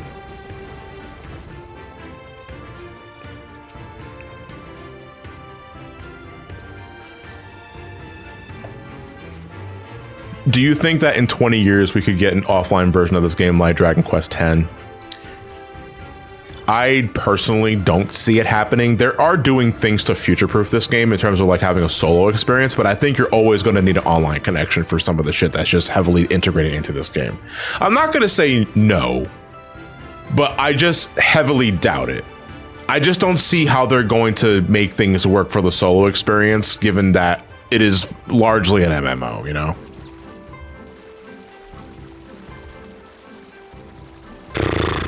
I'm really hoping we clear top this week, dude.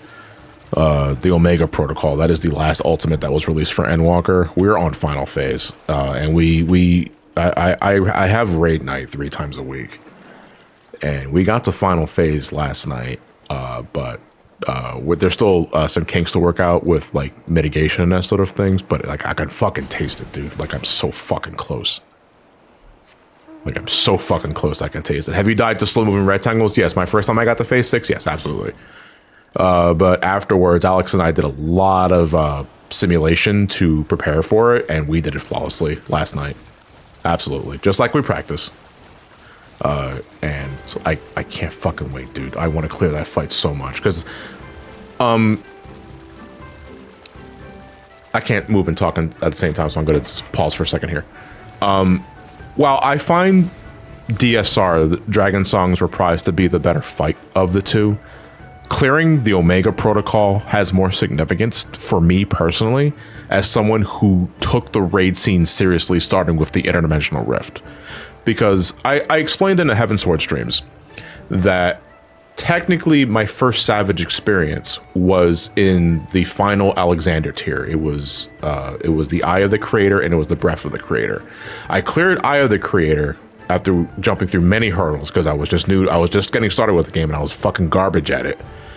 But Breath of the Creator, A10S turned me off because it was like, it was too much at once. Like, holy shit, this is so much more difficult than what I'm used to playing in this game.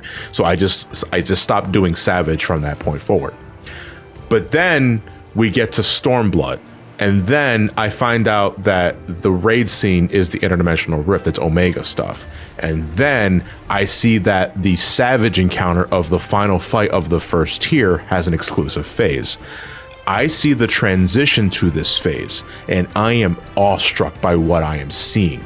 It alone convinced me, holy shit, I need to play this for myself. I want to get to this point for myself. And from that point forward, that is when I started doing Savage seriously for myself. And I cleared the whole tier then. I cleared all of Sigmascape. Then I cleared all of Alphascape for myself, current content, and Party Finder. So the Interdimensional Rift raid series holds a lot of significance to me because it's always going to have that place in my heart as when I finally started doing high-end content for Final Fantasy XIV and made me the better player that I am now, as opposed to like 9 years ago where, fuck man, this guy is not hitting his buttons and that sort of shit. The Omega Protocol, the ultimate encounter of that, is essentially, well, not entirely an amalgamation of like what the raid series offered in Stormblood, because it's just Omega, but to clear the Omega protocol, I like to view as a nice little bow on my journey of clearing Savage encounters for the first time. So in that way, it holds a lot of significance for me. Even if so personally speaking, I don't find the Omega Protocol to be as fun as DSR, the Heavensward Ultimate, because I just think there are way too many fucking body checks in the Omega Protocol. If someone dies in the Omega Protocol, that's it. Fucking call it a wrap. The fight's over. You're not progressing. And I hate that shit. That is generally like a general rule of thumb with a lot of high-end fights, but the Omega Protocol, that is almost the entire fucking fight, is one large body check. And it can be really fucking frustrating. And I've gotten really fucking tilted over a lot of things that are both my fault and not my fault. Sorry, new player question. What's with all the players' names in orange? Any player that has an orange name is in my friends list. Now, whether they're my actual friends is probably not, because I'm with Ramani, and Ramani, I accept all friend requests. Because I don't really care. I know you guys are generally good-natured, I think. Maybe? But for Ramani, I generally accept all friend requests on my way. With my main character, Joan, not so much. I am very picky with who I accept as a friend request on Joan, because I want my friends on my main character's friend list to be actual friends, people that I actually know. And though I recognize a lot of names here from this stream series alone, I still don't know who any of you are behind the avatar, behind the computer screen. And personally speaking, there's a part of me that wants to keep it that way, because at the end of the day, you guys live your own lives and I live my own lives. I don't pry your lives, and I don't want anyone prying into my life, unless you're like I don't know, a government agency or some other shit. Then I swear I swear I paid my bills.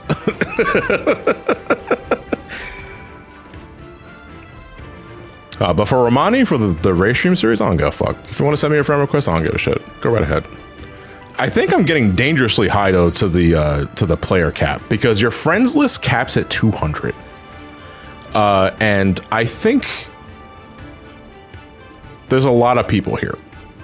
Although I do need, honest to God, you know what quality of life update I need is to make the fucking friends list not so dog shit in terms of just like adjusting shit.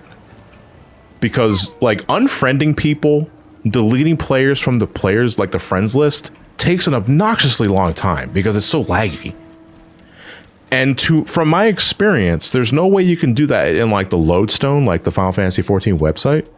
You have to do everything from in-game. And it's very slow.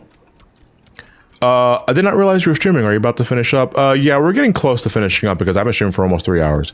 So that's kind of like the only downside with Final Fantasy XIV streams, folks, is because this is Final Fantasy XIV. I play leisurely. Oh, there's an Aether Current here. I just completely missed that. Final Fantasy XIV streams are very leisurely. They're on a whatever, whenever basis, because I love playing this game. This is legit, probably my favorite game of all time. But I know not everybody gives a shit about Some Call Me Johnny playing an MMO. At the same time, I love streaming this game. I love streaming this game because it gives me an excuse to play a game I already like playing, and I get to share that experience with you guys. And sure enough, like honest to God, like one of the most endearing parts about playing this game live is seeing some like newbies here like start the game alongside with my new character and then grow and become better players, or at least become, you know, they grow more appreciative of the game's story or the lore. They get they see what I see in regarding why this chucklefuck plays this game all the fucking time.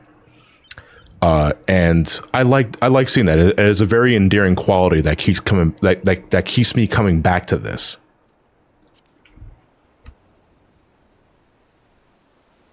I wonder if I'll find the time to really go after everything in this game, but at least the MSQ is so damn entertaining. I mean, if you want to be completely cracked, there are people that live stream this game with the intent of getting every fucking achievement. There is a 14 player Their character name is Charity Nineheart. You probably saw their Mad Because Small videos on YouTube. It's they're a Lalafell with the really thick eyebrows. They host a live stream series on Twitch where they are trying to do every fucking thing available in the game. Cider Spider, that's the name of the Twitch streamer. Yes, thank you, Chiaki. There is content. There is so much content you can do with 14. But the way I look at it is that if you're going to be streaming 14 in any capacity outside of high-end rating, like if you're like a world's first streamer, like where you like to race with other high-end players to see who can get the clear first on like the Savages and the Ultimates, any other content in this game I think should be approached very leisurely.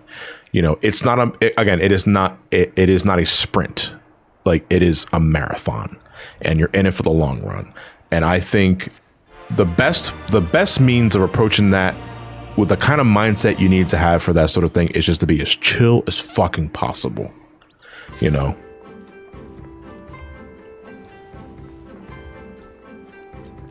And this is also like one of those games where I can just play by myself and still carry a fucking conversation. Like, I just talk to you guys, you know, because like the you know, I love live streaming. I love the games that I get myself involved in when it comes to live streaming and when my friends are involved. But there is this chaotic energy that other live streams have that have their own quality, their own entertainment sort of thing. But sometimes it might be a little too much for some viewers, where it's like, there's a lot going on right here and I don't exactly jive with what's happening. I'm here more for John, but John's here with his friends, and that sort of thing. But when it comes to like Final Fantasy 14, because only a handful of my friends in my inner circle in this Discord actually play the fucking game, don't give two shits about what I'm playing, and they're just here for the conversations and that sort of thing. But most of the time, because my 14 streams are so spontaneous, more often than not, I'm doing this shit by myself. But I don't mind that, because I'm playing a game that I absolutely love to death. I can talk for days about it, or specific things, or specific encounters, specific locales, all that sort of shit. And I can put more attention specifically on you guys in the chat, because I'm not distracted by others having a conversation in my Discord, you know? And that to some is a quality. You know, I get a lot of folks tell me, like, when I upload archives of a stream in the background, that they like to use my streams as background noise for whatever they're doing. Maybe they want to go to sleep, maybe they're working on a project or what have you. But I get that compliment more often for the Final Fantasy 14 streams, because it's just me. And I can, you know, most of my conversation is just me chilling and fucking relaxing with the game I love to play to death. Yeah, I honestly don't plan to stream Final Fantasy 14 again once I finish Endwalker. So then a question for you, Derek. Do you see yourself stopping the game entirely after you finish the Endwalker stuff? Like, do you plan on continuing playing because you're just a converted player at this point? Or do you see yourself just slowing down entirely and stopping completely, or at least going on an extended break? Because you strike me as someone that will go on an extended break and not stop playing entirely, because you're already too deep into this shit. Oh, fuck. The fucking quest they branches off into two other things again, doesn't it? All right. I think we're going to be calling it a wrap here, though, because we still have plenty of things to explore in Oathard. Oh, with the Ruby Sea specifically, because technically the Far East is all Oathard. But when we next meet up for Stormblood, which I think at this point is probably this coming Saturday, unless something changes, we are going to unlock our first optional Stormblood dungeon, which is the Shishui of the Violet Tides, and we will most definitely probably have our first trial with Susano, which I can't wait, because Susano is absolutely a bundle of fun that I love to fight. And I hope to share that experience with you guys as well. Oh, piss. When I say I have Wayne to attend that night, I don't know. And that's just kind of that them's the breaks, Blue Dino. It's kind of whenever I feel like it. I don't plan around anybody. But I'm definitely going to be streaming more Stormblood on Saturday. I just don't have an exact time. That said, that is probably when we're going to reconvene because I have to get back to work on the Knuckles video, which should be here relatively soon. And I hope you guys look forward to that. On the MK Special Force, I gotta tell you, man, that the MK Special Forces video was so fucking hard to write for because what the fuck am I supposed to do with this?